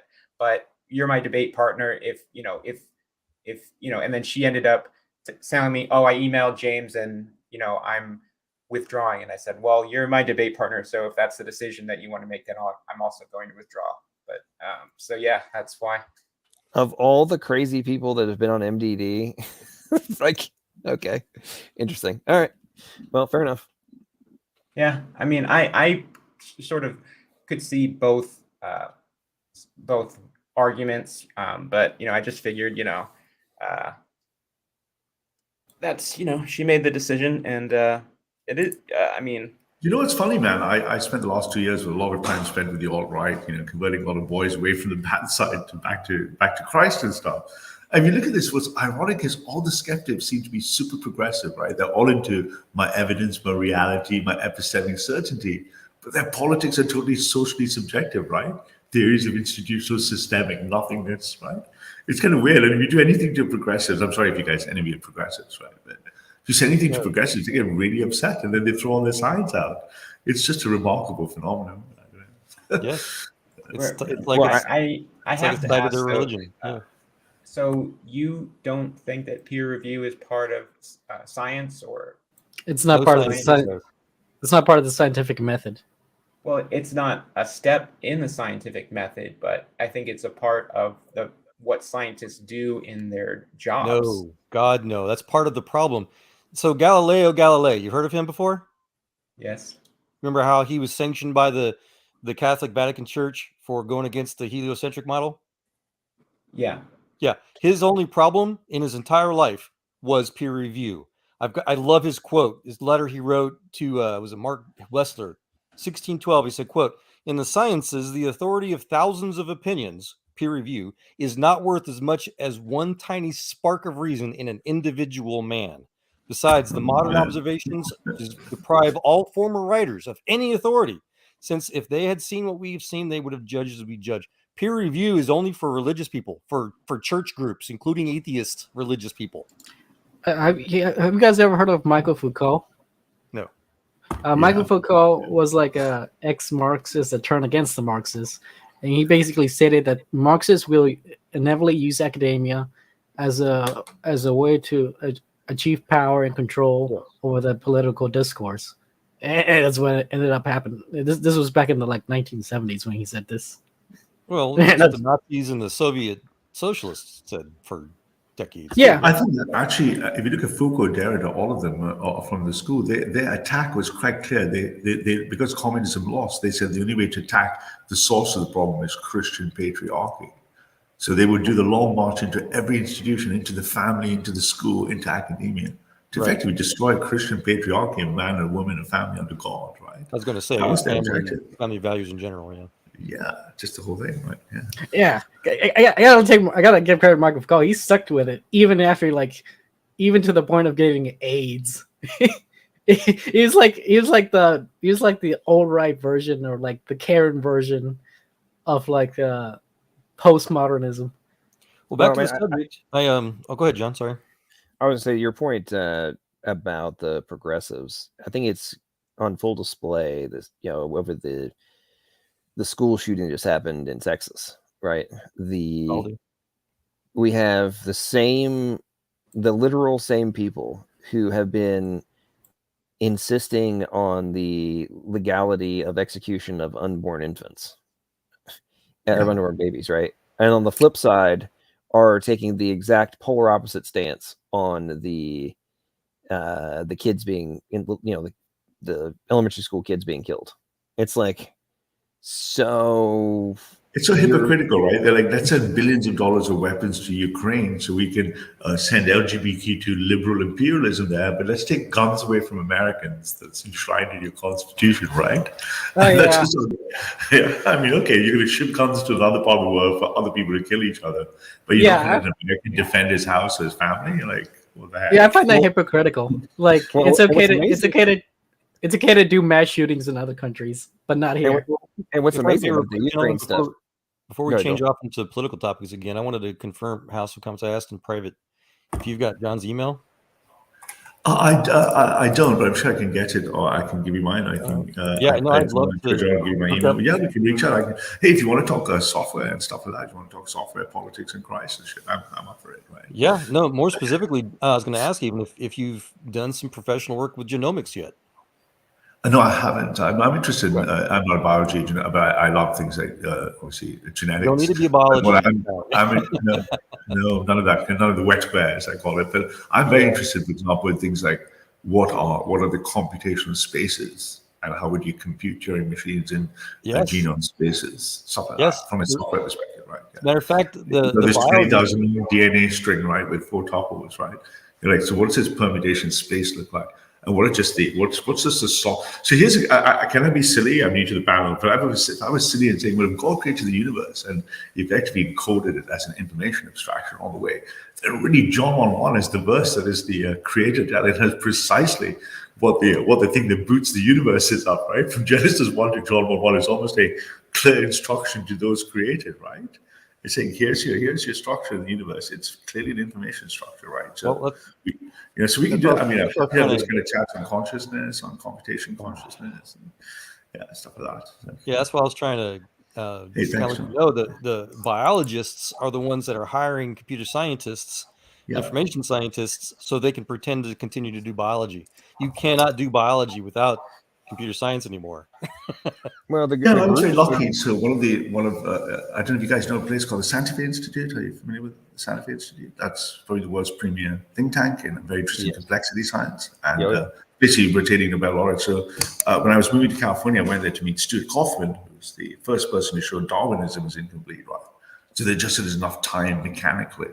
For example, computationally, there's not enough time to have generated all the species variations. So where Darwinism, evolution might be a process of some sort, it isn't enough, right? So we know that there's a massive information question about just biology and evolution, and that can't be answered by just biologists. It must be computer science, so computational biology, right? But all my gut feeling, everything I look at, the things I look at, just looks like just the sheer, forget the fine tuning argument, just the sheer improbability that by somehow by common descent we arrived. It's just mathematically seems so absurd. Well, it's almost beyond the creator, right? It's in line with what you're saying there. What drives me up the wall is the amount of just either denial of or ignorance of the reality. There's not enough probabilistic resources available. Like there's just not enough to your point, right? Like it's not that, oh well, we have enough time, there's enough chance, because I hear this all the time from the atheists, right? Like, oh well, you don't understand, there's like billions and billions of actions available all the time. There could be all these different trials every second, and it's like, yeah, I already accounted for that, right? And there's not enough total actions possible in the entire history of the entire universe available to account for this. Not like even this is a known. The math is devil's advocate, right? And I said it was a materialist. I said, oh, we've created this species purely materially. There's no God, there's no supernatural. The statistical probability of us creating something that could self-reflect itself like nothing else, and then ask a question of what made it, is just at its face value, it's absurd. You wouldn't use that statistics. I worked for about 10 years in my life in investment banking at the front end of like big banks like Goldman Sachs and stuff. We wouldn't use those mathematics and probabilities to even run the markets. And you're telling me I'm going to accept this kind of probability distribution numbers for the life, the universe, and everything? Like, get the heck out of here, man. Sorry, I'm thinking a bit sorry. Well, let's say even if they were able to like make a human body from scratch, they would still need to appeal to some occultic kind of ritual to put a spirit in it. Because what is life? It is a consubstantiality of body and spirit. Yeah. I don't think even if you look at the last consciousness conference, it was quite recently, a few weeks ago, Penrose and Hammerhoff and everyone, we know from Penrose that consciousness is not a computation. So it's not a computation, it seems entangled into information, into matter itself, right? Some S-wave function, somewhere collapsing, somewhere it's causing something. We know that's got an information content. And it looks like our particular instantiation of our flesh in information space seems to be able to reflect the entire symmetry of the universe within it. So obviously there must be something, I mean, even just an intuitive sense of computer science will tell you there's something in an external context that's a controller. Something is inverting this control. We didn't just happen, right? This just didn't occur.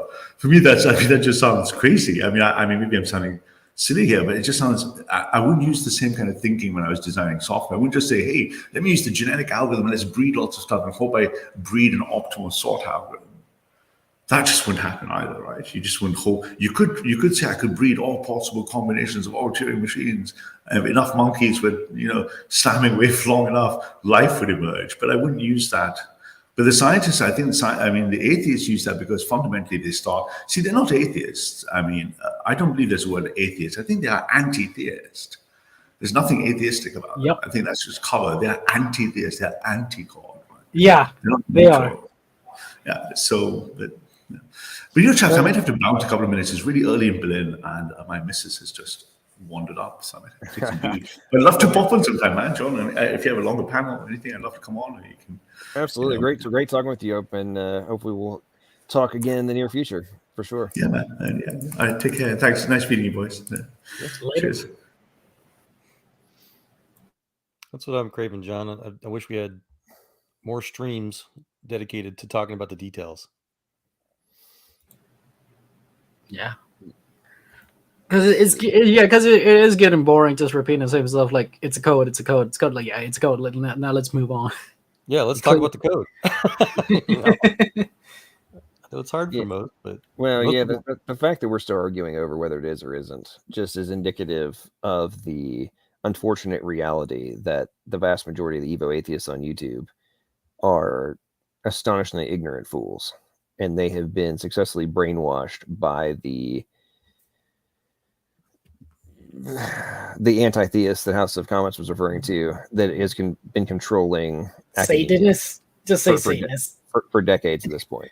It's Satanists. I mean, a bunch of them are just coming out as Satanists. I bet a lot of them wear black robes and attend orgies. Well, I mean, more specifically, you know, as an engineer, speak, I guess they're against Christ. That's all they care about. It's anything that can hurt God. Well, I think they don't like you guys, but I think if they would hate polytheism even more, and that's why I like my position, because it triggers them even more than regular Christian theism. I mean, Christian theism triggers them, but polytheism is even more of a trigger to them. It would seem like less of a threat, I would imagine. No, because these are liberals and they deny race is genetic. Polytheism directly implies that race is genetic and race is real. Well, then you're going to hate the Human Genome Project. Why? Because it proved scientifically through the code that race is not genetic. Well, you're going to have to tell 23andMe they're a fake company then. Pardon? You know 23andMe? Yes. It's a gene bank. Yeah. You would have to tell. You would have to say they're a fake company. No, you're missing the point that Joel's making. That obviously there are slight phenotypic variations, but ultimately we're all Homo sapiens.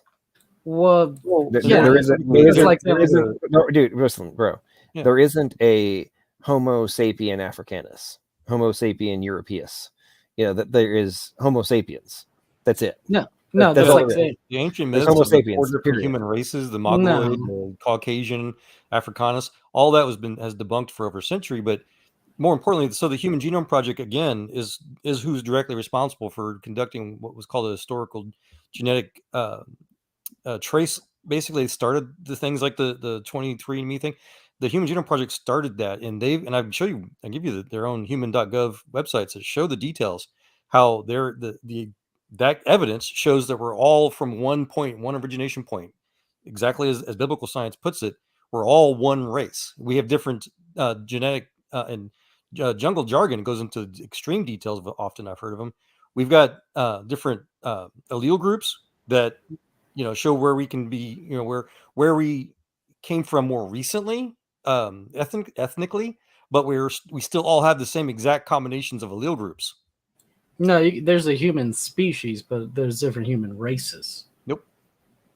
That's an ancient myth destroyed. Well, no, because clear haplogroups pretty much is a solid foundation as to why there's races. Well, all life is haploid. What? You know haplogroups? I'm sorry. Maybe I'm misunderstanding what you're saying. Are you saying haploid? The haplogroup. The haploid groups. But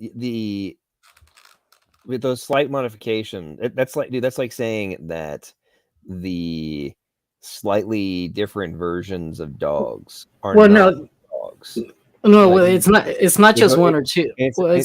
Dude, listen. There's more than one or two slight modifications, but from the macro view, it's minuscule changes. It's in the millions. As a clear example, for example, bro, you think that there's billion? Okay, let's think about this logically for a second. There's 3.2 billion total base pairs in the fucking genome, dude. So you're now saying that there's billions of differences genetically between races? Well, I was going to also offer the example. No, I'm saying there's millions. Including with race. Well, you said billions, and it's not millions. I said millions. Add a more succinct example.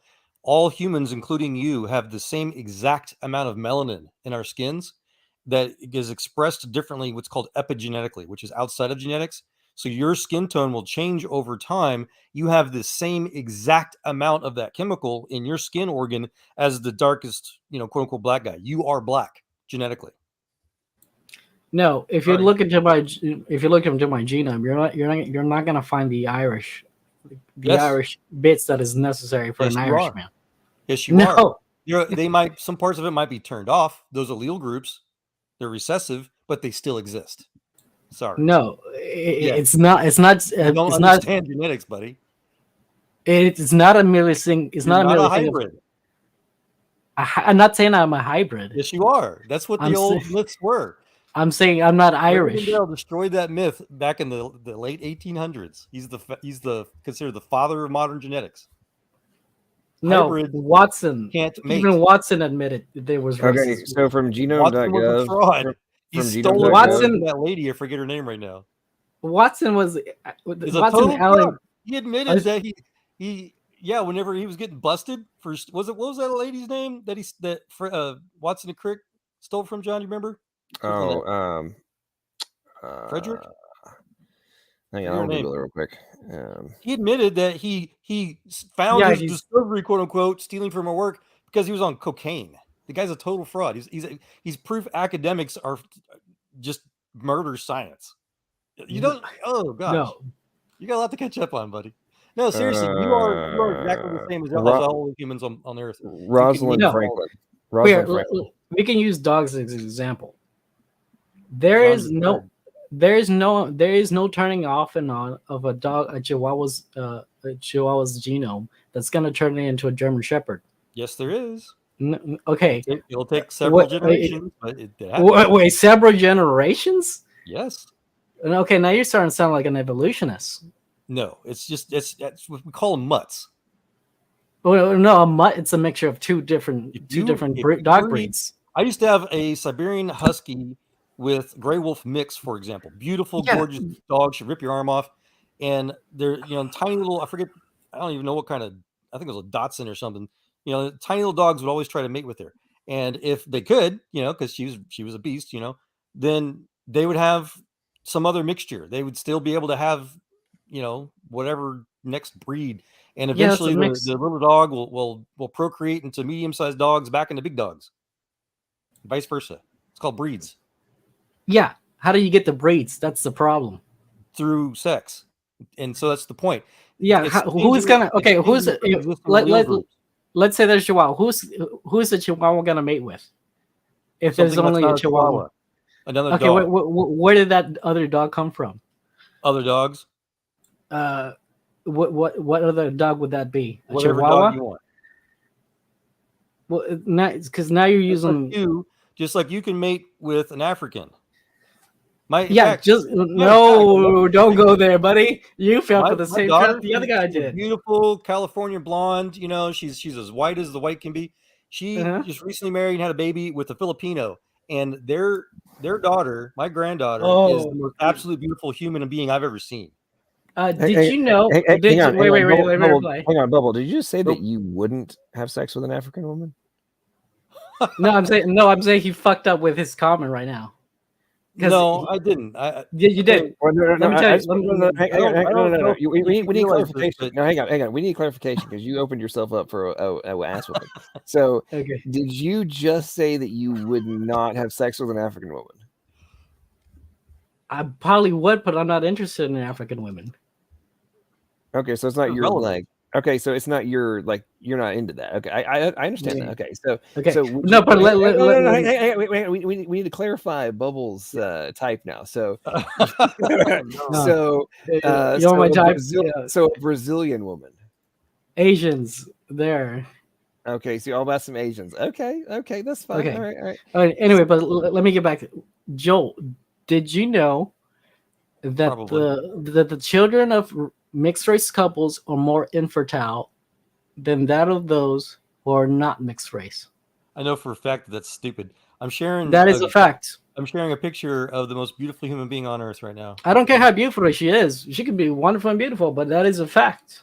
You should share the picture of her with her hair all wild and adorable. Okay. Watch this. You guys are gonna love this. It's just a cute baby, but it's still a fact. Nope. It is. Well, so I mean, it's not necessarily a bad or a good thing because it is relevant, absolutely relevant. Mixed race, quote unquote, are infertile or less fertile. It's just stupid. I gave birth to 6 children, so if she only has like 3, they're still doing good. Fertility is very strong in my family. Look at this baby face. Look at her. Look at her. That is a happy baby. Well, John hasn't shared it yet. Chuck Cat. Wait till you see it. Her mom took her hair out of the pigtails, and look what it did. Very happy, friendly baby. So yeah, if that were true, Bubble, then Charles Darwin and Adolf Hitler would be correct. Yeah, I know they were. No, biologically speaking, they were. Africans would be extinct by now. They're not. They are dying off. Do you know what's happening in India right now? 2 billion population. Have you seen the amount of mutations that's entering their poor communities worldwide, including in you? You are a mutant. Yes, but it's entering the poor communities even more. They're having extremely deleterious children. Well, so that makes the Bible correct. Science. Well, yeah, I mean, it makes creationism correct. All I gotta say is, in relation to fertility right now, sperm levels have dropped 90% in the last 40 years. So, yeah. I mean, I don't think we're currently in an appropriate position to be talking about like what is fertility because there's a serious like global fertility problem. Yeah, and it's universal. It's like everybody is race singular. So no. I mean, we're having. I see what you're saying. I've Googled it. I see what you're saying. There's studies that show that there's slightly less fertility. It's not that they can't be. They're not fertile, and they can't reproduce. It's just there's like some lower rates. But my point is that right now in the current environment we live in, basically, I mean, there was a report I was reading a couple months ago that it was like a global study that was published, and it was basically, hey, humanity, we're in a serious crisis because most dudes are blowing empty loads, and the reproduction is having a serious problem now. It's all the soy. It's all the soy. It's the soy. Well, it's the soy. There's chemicals in different plastics, and there's all sorts of stuff that are. And by the way, testosterone is down 60% since 1950s. I'm sure the Satanists. So and by the way, in case you didn't know this, did you know? I found this out recently. My mind was blown on this. Did you know that? And by the way, for children or people who can't handle adult conversation, earmuffs. Did you know that it is now documented that male measurements are shrinking dramatically, like big time? Who's checking? Right. Who's got the bendy ruler?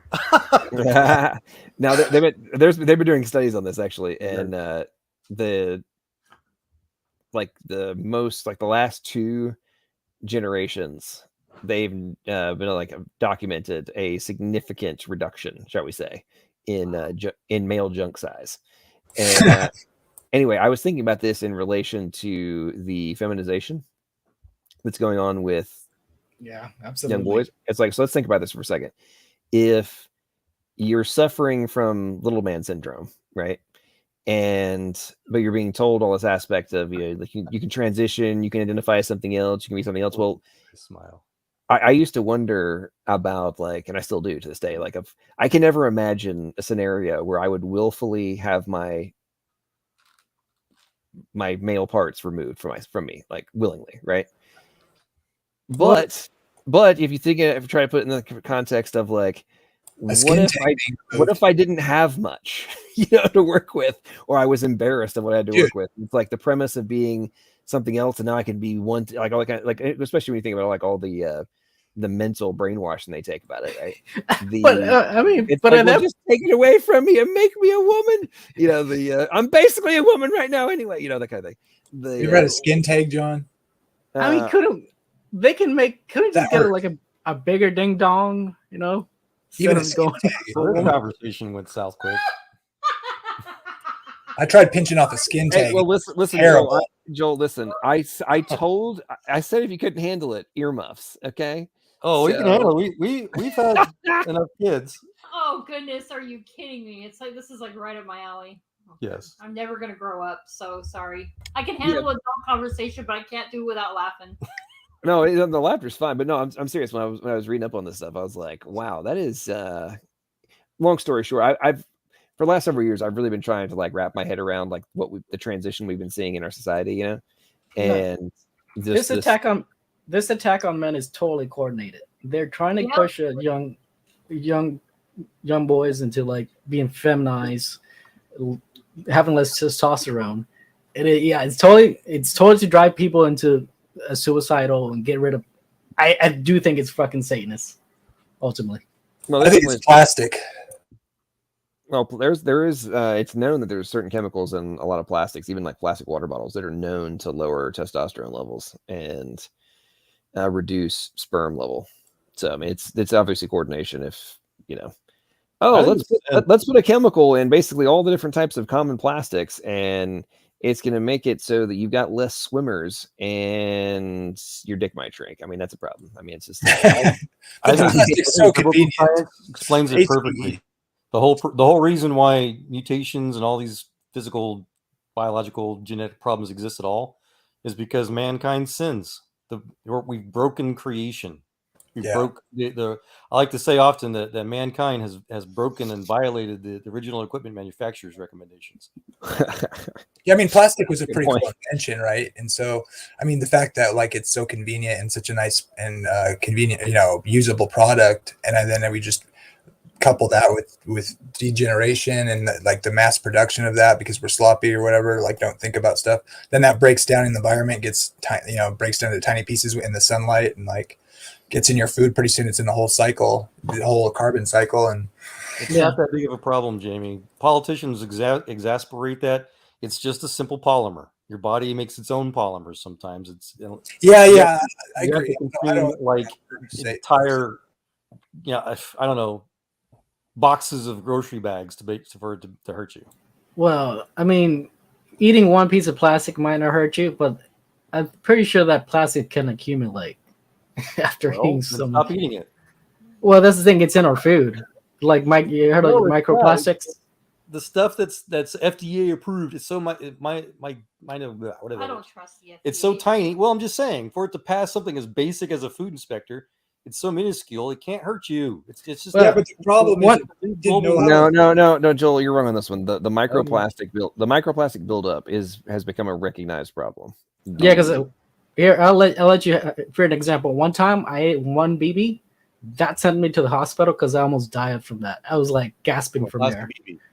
Yeah, one little plastic BB almost killed me. I'm more concerned about how they didn't realize how the sun would break it down so fast, and the way they're finding it in the ocean. It's broken down in little tiny pieces, and now they're finding it everywhere, just like medication and stuff.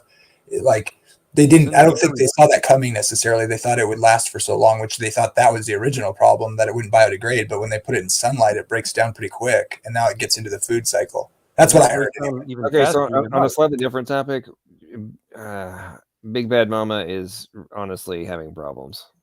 So describe the process of an ant going to heaven after it's been killed. I mean, like, really, really. I've been reading your comments for the past hour and a half, and they're just getting dumber by the minute. She's just trolling. I tried to ask a question. He doesn't She's on SFT's channel all the time. It's one of those fake accounts Elon's complaining about. By the way, Elon's like, have more kids, y'all. Okay. Yeah. You got 6. Send the ladies over, and I'll talk. We'll see. Which young lady? I know, right? No. You send your friends over. I mean, I think the whole aspect of the Johnny Depp Amanda Heard trial, where the testimony about how she was banging Elon Musk, that was cracking me up. I was just like, "Is it gonna be?"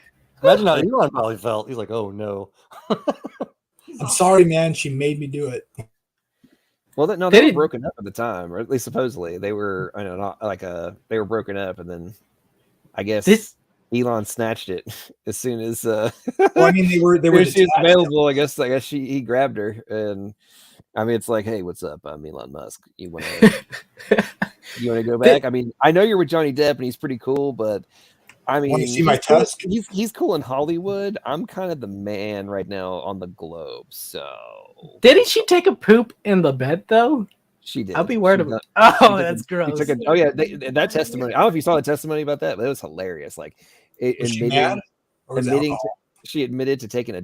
Well, she was drunk and mad, but admitted to taking a dump in the bed. I got a story on that, John. My ex-girlfriend told her brother, her half brother, when they were growing up, if he did something like really terrible to her, and she's like, do it again, and I'll crap on in your bed. And when he was sleeping, she took a dump on his pillow. I thought it was over when she said on the stand, she said, "I didn't punch you, I hit you." Okay, I hope that just like with the Rittenhouse case, I am just keeping my fingers crossed that the American judicial system has not been 100% corrupted, and that Johnny Depp emerges victorious in this one. Because if he loses this case, then the civil courts have just jumped the shark even more than they have in the past. I mean, it's just beyond the pale. Like when your own therapist testifies against you in a lawsuit and says that you're freaking nuts, like, and have serious problems, and it's your therapist, I mean, you have a problem. I'm sorry. I thought I read, John, that her own lawyer publicly said that he knows that they've lost the case. Oh, I didn't see that. That's interesting. I'm sure Johnny Depp's just totally. I'm sure they're both prima donnas, I would imagine, but who knows? Oh, I don't give him 100. I don't give him a complete like. I'm sure he's crazy and has done plenty of stuff in his drunken stupors and whatnot. But she's way worse for sure. That woman is clearly off her rocker, and it's like at the end of the day, you know what? You guys had your fights and all that kind of stuff, but you wrote a freaking op-ed bashing a significant other, right? Like you could have kept your dumbass mouth shut. Yep. And just you wanted to fight it out in court privately, or you wanted to make money off him if he was actually that horrible and did all these evil things to you, then sue him. But you did all that stuff, like, nah. You dug your grave, now you're gonna be buried in it. And I hope that all the other women out there that have been have done this kind of thing or thinking about doing it or want to get rich off of this kind of stuff will take this as a lesson of like, you know what, maybe I shouldn't do that. And I tell you the thing that I was thinking about this the other day in relation to the Roe v. Wade thing.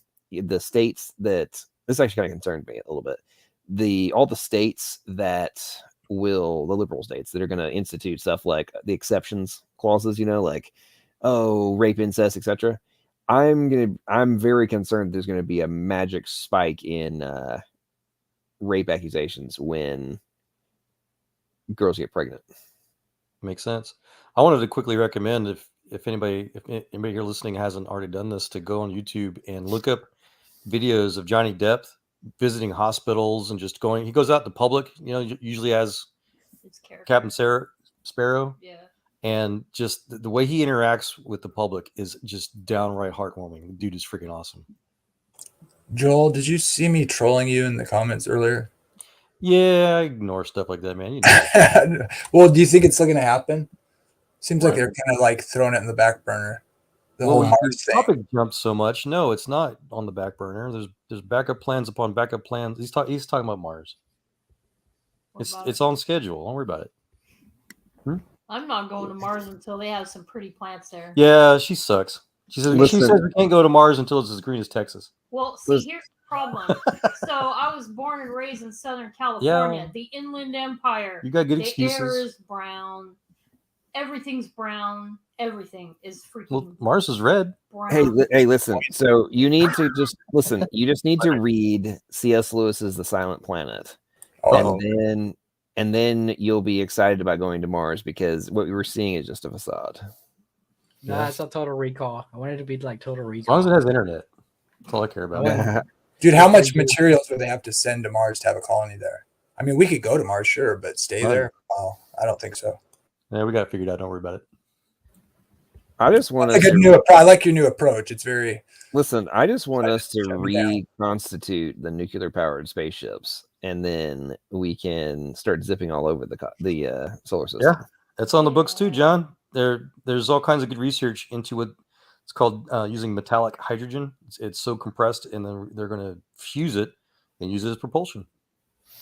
Well, what I get very irritated about, and this is from a how far behind are we standpoint, is there was a nuclear powered prototype built in the 70s. Yeah, the Orion project. And then the little meltdown happened, and all the propaganda went against nuclear, and that project got shelved. Well, the technical problem was that it couldn't reach altitude fast enough. The Project Orion, they literally strapped a bunch of micro nuclear bombs to the inside of a nozzle, and they would light one off every once in a while, so it was like kind of push it, like hop itself up into the air. And in theory, if you have enough of them, it can reach orbit, but it was too slow, too much. You can make it really big too. That was the cool part about it. Like it would be so much material, but Well, Yeah, yeah, you had to have if the- the you had to have bomb's the too big, shielding you're on going it. to nuke your spacecraft. good luck getting it into space without being a problem. Yeah, launching. My point is that I agree that particular version did, but we stopped doing research on it for 40 years.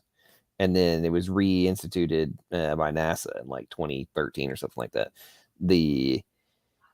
My point is, we probably could have figured it out over the last 40 years if there had been heavy research into it. And then, to me, if you solve that problem, right, then mining of the asteroid belt becomes totally feasible. It already is feasible, man. Well, I'm not saying it's not feasible now. I'm talking about from just a transport back and forth standpoint, right? Like if you have nuclear power, you can go back and forth for a long time. It's a way different. The beauty of establishing a self-sustaining colony on Mars is that we can frack the atmosphere and create free methane. This is called the Saboteur effect. So that was the point for going to Mars first instead of the moon, is because we've got free unlimited energy, free propellant, and so in the asteroid belt is basically right, in the backyard of Mars.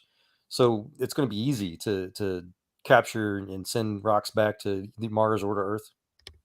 It's a no-brainer. I heard Elon Musk say they would need a minimum of 1 million tons sent to Mars to start the colony. It depends on the size of the colony. You can start with probably a couple hundred tons, but the point is that we're going to create enough starships to make it as cheap, if not cheaper, than commercial air flight, and it won't be a problem. That's like 1,000 fully loaded large thing or whatever. That's like, I mean, I don't even see how they could fund such a thing. Well, that's why we've got plans in place, and that's why we got away from the expensive lithium aluminum type alloys, and we're just using freaking 512 stainless steel now. It's super duper cheap. A Raptor 2 is less than $1 million. I think that's cool. It just sounded to me when it was a recent interview where he said that 1 million tons probably, like, feasibly, and then at the end of the day he was saying, and then he said he kind of sounded like he was saying we'll probably have to do the moon base thing first. I don't know. He was just talking in an interview. I don't know what to make of it, but well, I don't think we could colonize anything using jet fuel systems or any kind of propellant kind of system. I think we got to figure out that alien anti-gravity first, whatever they're using. Well, if you guys ever wanted to have a serious conversation about it, let me know. That's part of my profession. Well, I think it's pretty obvious that big governments are working with extraterrestrials or at least trying to copy that technology and keeping it secret. I have been working on those kind of technologies for 25 years. I've heard every theory. I've never met an alien. Sorry. And private and public sector. You're working in a block environment, okay? So maybe I am an alien. Maybe Elon Musk and I are both aliens, John. I actually could see Elon Musk being an alien. It's not me.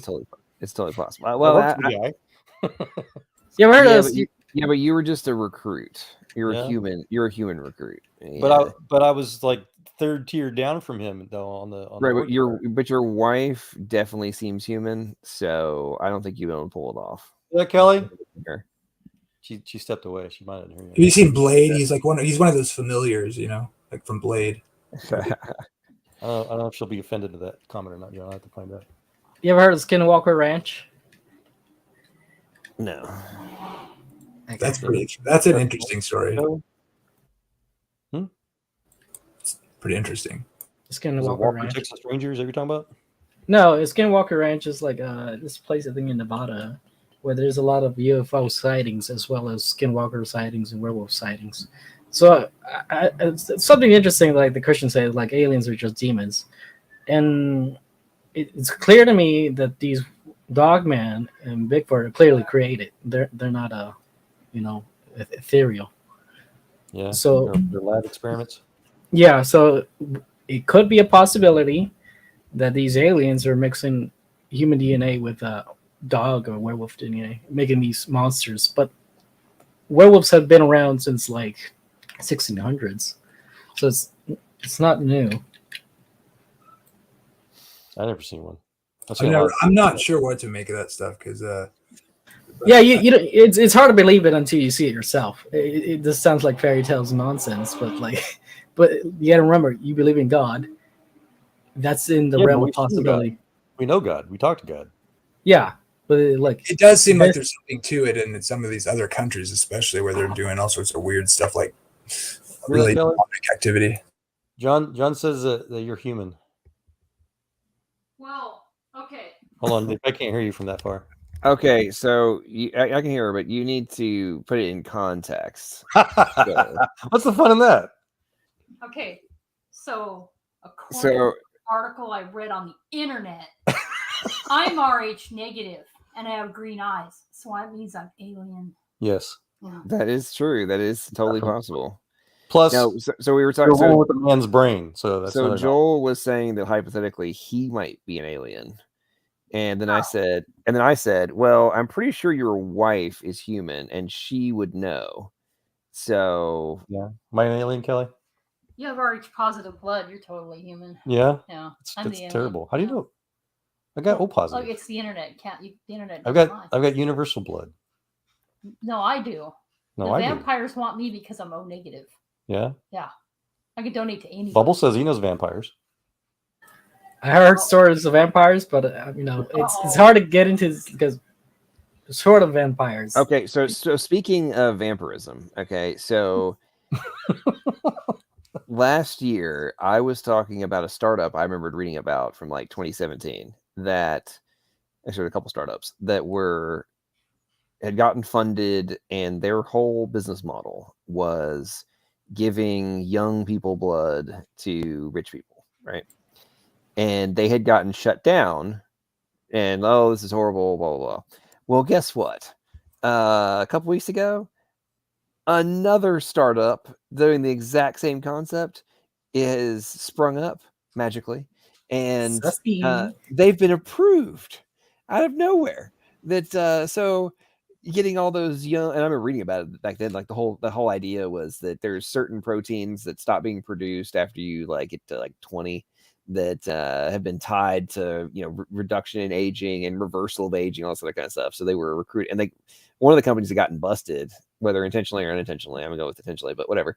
They were getting 14, 15-year-olds to be donating their blood and giving it to rich people. Like they literally withdraw the blood from the kid and inject it into the the rich guy. I was against, and I'm like, and so there's all this scandal. Oh, it's horrible. And I'm like, and then now that the world is freaking falling apart, and the globalists are no longer hiding their elitist transhumanist bullshit, and now magically the young to old blood transfers have sprung back up and are now being approved. And there's so much potential in what can be done in reducing aging. It's so you guys are now gambling the fact that the average human is not paying attention enough to realize that you're pushing for the Magic Johnson. Why are you bringing in all of these young kids, illegal immigrants and stuff? You're bringing in all a demographic that would, and they go missing too. Some of them go for your little blood pumping, and they go missing. Vampire movie, yeah. How in the Blade movies and all that kind of stuff, there's always the vampire elite have the rows and rows of humans that they come and feed on every day. That's got to be what's happening. I guarantee you, there's some billionaire somewhere that's got a. Magic has a room of young kids that are knocked out most of the day, and then wake them up to donate some blood. I can share a story. Magic Johnson is literally a vampire. Magic Johnson, the AIDS guy. Yes, we know he is. So Joel is going to confess that he has accepted young blood at some point. Go ahead. No. I was going to share the closest I've been in a real life example of a vampire was one of the kids that I helped lead to the Lord back when I was in the Army at Redstone, and he's my disciple, and he was a young guy. He joined the Army because he was trying to avoid a jail sentence, so he's already kind of a bad guy. But anyway, so he found God. And I was trying to take him under my wing, and he fell away again, though, and came back up to me and said that he was becoming a vampire, and his teeth had changed. He showed me his incisors; they had gotten sharper and stuff like that. And I led him back to the Lord again, and he confessed that I know he joined some group somewhere in Redstone, Podunk, Alabama, that they shaved their teeth, and it's just like a little cult gang, just trying to pretend. That's last I've known, he got shipped to Hawaii, lucky duck. Last I know, he was still a Christian, but that's the closest I've ever seen a vampire. Yeah, that's funny. Well, I think that was just a cover story for the fact that young guy, you were taking his blood, and you told him that if he donated his blood to you, and started to turn himself into a vampire, then you would actually turn him completely and give him immortality. Huh? Wouldn't he wanted my blood then? Well, Chris Hansen. You said if he donated his blood to you, then when you were ready, you would transition him. That's what I just said. So that's when he would get your blood. I would call. But up until then, he's got to feed you. I mean, come on now. I would call Chris. Get your vampire lore in order, Joel. Come on now. Yeah, who I'm gonna call? Chris Hansen. Have you never watched? Did you not watch Buffy and Angel? Like, there's characters that do this. They tell people that, hey, you just serve me for a little bit longer, and I'm going to turn you, and you'll be immortal. That's like one of the foundational tactics that the vampires always do. The promise of immortality, the bait and switch. Just let me drink you dry, and then I'm going to make you immortal. Silly. Well, it is silly, except the fact that there's now VC funded startups that are back in the young blood market. Well, like you said, they don't, startups, IPOs in general don't tend to last long, but even those are probably. But this is something that only rich people will want, and stuff like this gets funded. Look, what was his name? The pedophile guy, Epstein. Epstein. Yeah. If that existed, this definitely exists. Oh yeah, there's reminding me. So South Korea spends a lot of time and money, their law enforcement, trying to stop illegal drug shipments from China. Apparently, there's a large international market for cannibalism, downright cannibalism. So in China, they've been doing it for centuries. Apparently, there's a myth in the Eastern religious cults that if they eat human fetuses, they'll kill babies and dry them up, and turn them into powder. And so the Chinese have been smuggling it into different pharmaceuticals, into like I said, like South Korea and other markets, and it's for the same reasons that you guys are saying. It's supposed to give longevity and fertility or whatever nonsense. Well, that's also voodoo magic. Yeah. Yeah, there's weird stuff going on. There's no doubt about it. I'll tell you what I'm thinking about doing. I found out the other night that I've been thinking. Okay, so personally, I think that the crap is going to hit the fan in the not too distant future. So I've been thinking about different things to stock up on. And one of the ones I've been hesitating on, but I know I need to get done because, by the way, sidebar, speaking of China, did you know that China produces 90% of all antibiotics for the entire freaking planet? Yep. I mean, I knew it was a big number. I didn't realize it was 90%. So anyway, I was sitting there thinking, the good news is that it's very, very cheap and easy to make antibiotics. So if they ever cut off our supply, we can make new ones overnight. Well, overnight is relative. Mm-hmm. Like, relatively quickly, but it's still, okay. If we're in the scenario where they get cut off and we're like an economic meltdown, getting them will be difficult. So I've been thinking about like getting a little stockpile of some of the basic ones.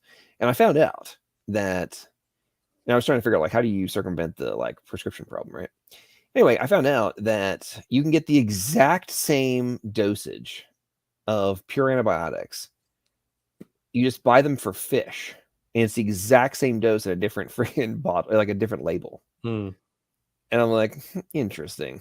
So I looked it up. Yeah, you can get like 100 amoxicillin, like the fish, it's in the fish bottle, right?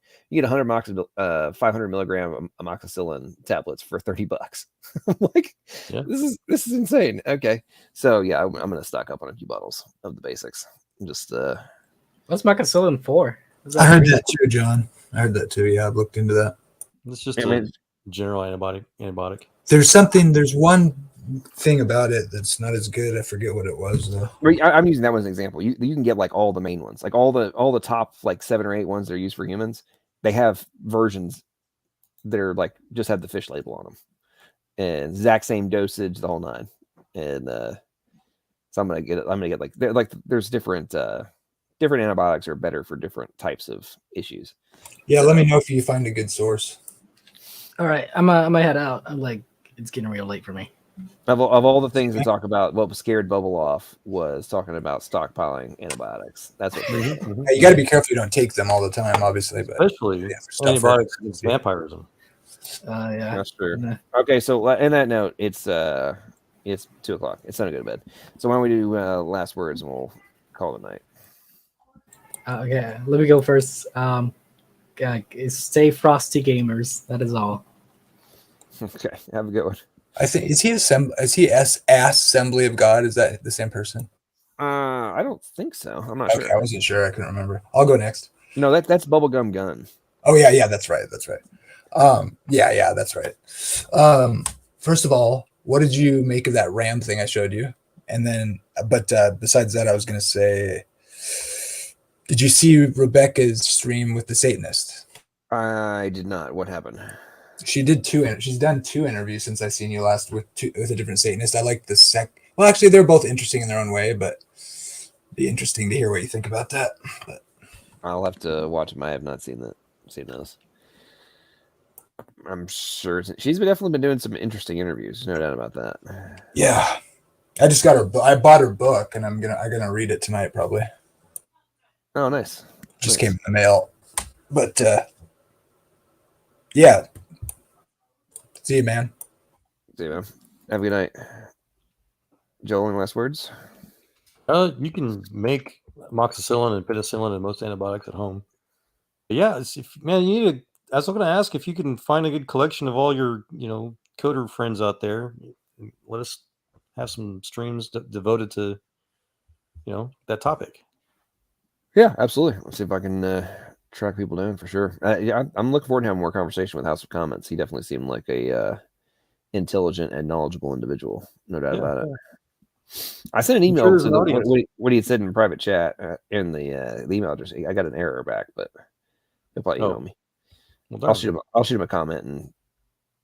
Yeah, I was going to say maybe I'm sure there's a good audience out there that like someone said. I think it was Jamie said it's getting kind of tired of hearing the same old atheist, theist, whatever evolutionary talking points, and just show the code. Talk the next level. Yeah, no, I agree with that completely. I agree. That is definitely.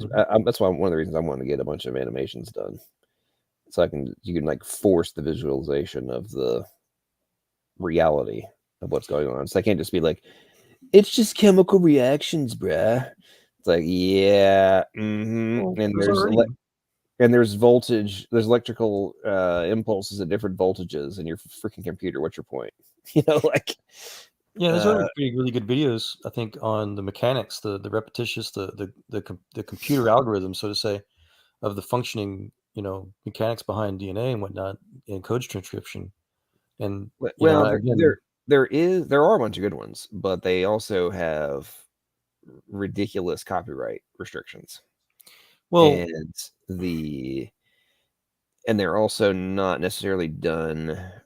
Most of them. There are a lot of really good ones, but the vast majority of them are done from a general explanation of the process versus the ramifications and the implications of said process. Exactly what I was going to try to say. Yeah, they're just general overviews, but if you can show specific sequences, because there's excellent work on mapping individual, code snippets, the SNPs and stuff like that, and if you can show somebody, where the different code differences are in relation to especially across different genomes, human versus ape, for example, and then watch the transcription process, that is beyond mind blowing. I completely agree. Precision involved in all this. And I think people really gloss over. I was ranting earlier. People really gloss over the mechanisms necessary for the execution that we're talking about too. It's so mind blowing that people just gloss over it. well, whatever, there's some little stuff and some reactions happening. Like, as a sidebar, last thing I'm gonna say before we call it night because I'm getting exhausted. Sorry.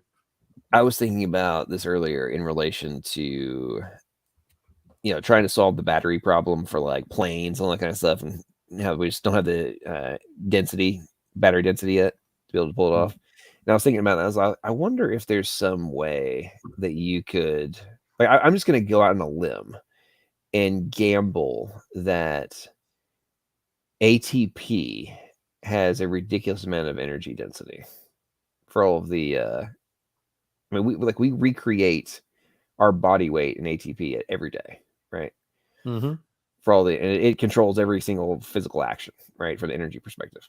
Like, I wonder if there's some way to harness ATP from the catch is in the whatever the heck that little spinny thing is called, the recharger, the mitochondria part of it. You're talking about the ATP synthase? Well, that's the process, but there's a specific mechanism that recharges the ADP back into ATP. That's difficult to manage on human scales. There's a little motor. It's literally like the ATP synthase is part of that. It's like it's the proton. It goes across the proton gradient and turns the rotor to charge the ADP and the ATP.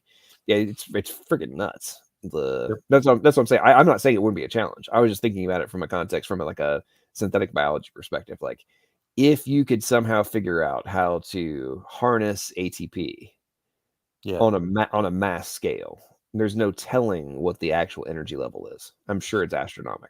Well, I mean, even not to go too far into it, but even the lithium-ion technology, that's still on the atomic scale. It's just, but you're right. If we could manage that, if we could create our own little synthase recharging technology, then the sky's the limit.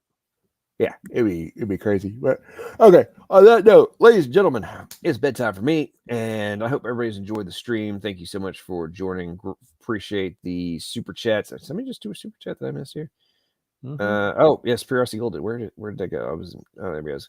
Thanks, Curiosity Gold. Appreciate your super chat very much. It's great to see you back. LPP, get some sleep. God bless. I appreciate that very much. So, for folks that hung around the whole time, thank you all very much. And I hope the conversation was interesting. Y'all enjoyed it, learned a few things, had some laughs. But as I always say at the end of these things, as you contemplate the different facets of your existence, the pieces of evidence in favor for or against the necessity of an intelligent agent, make sure that whatever conclusion you reach is logical, plausible, and probable. Have a good night, everybody. Appreciate you very much.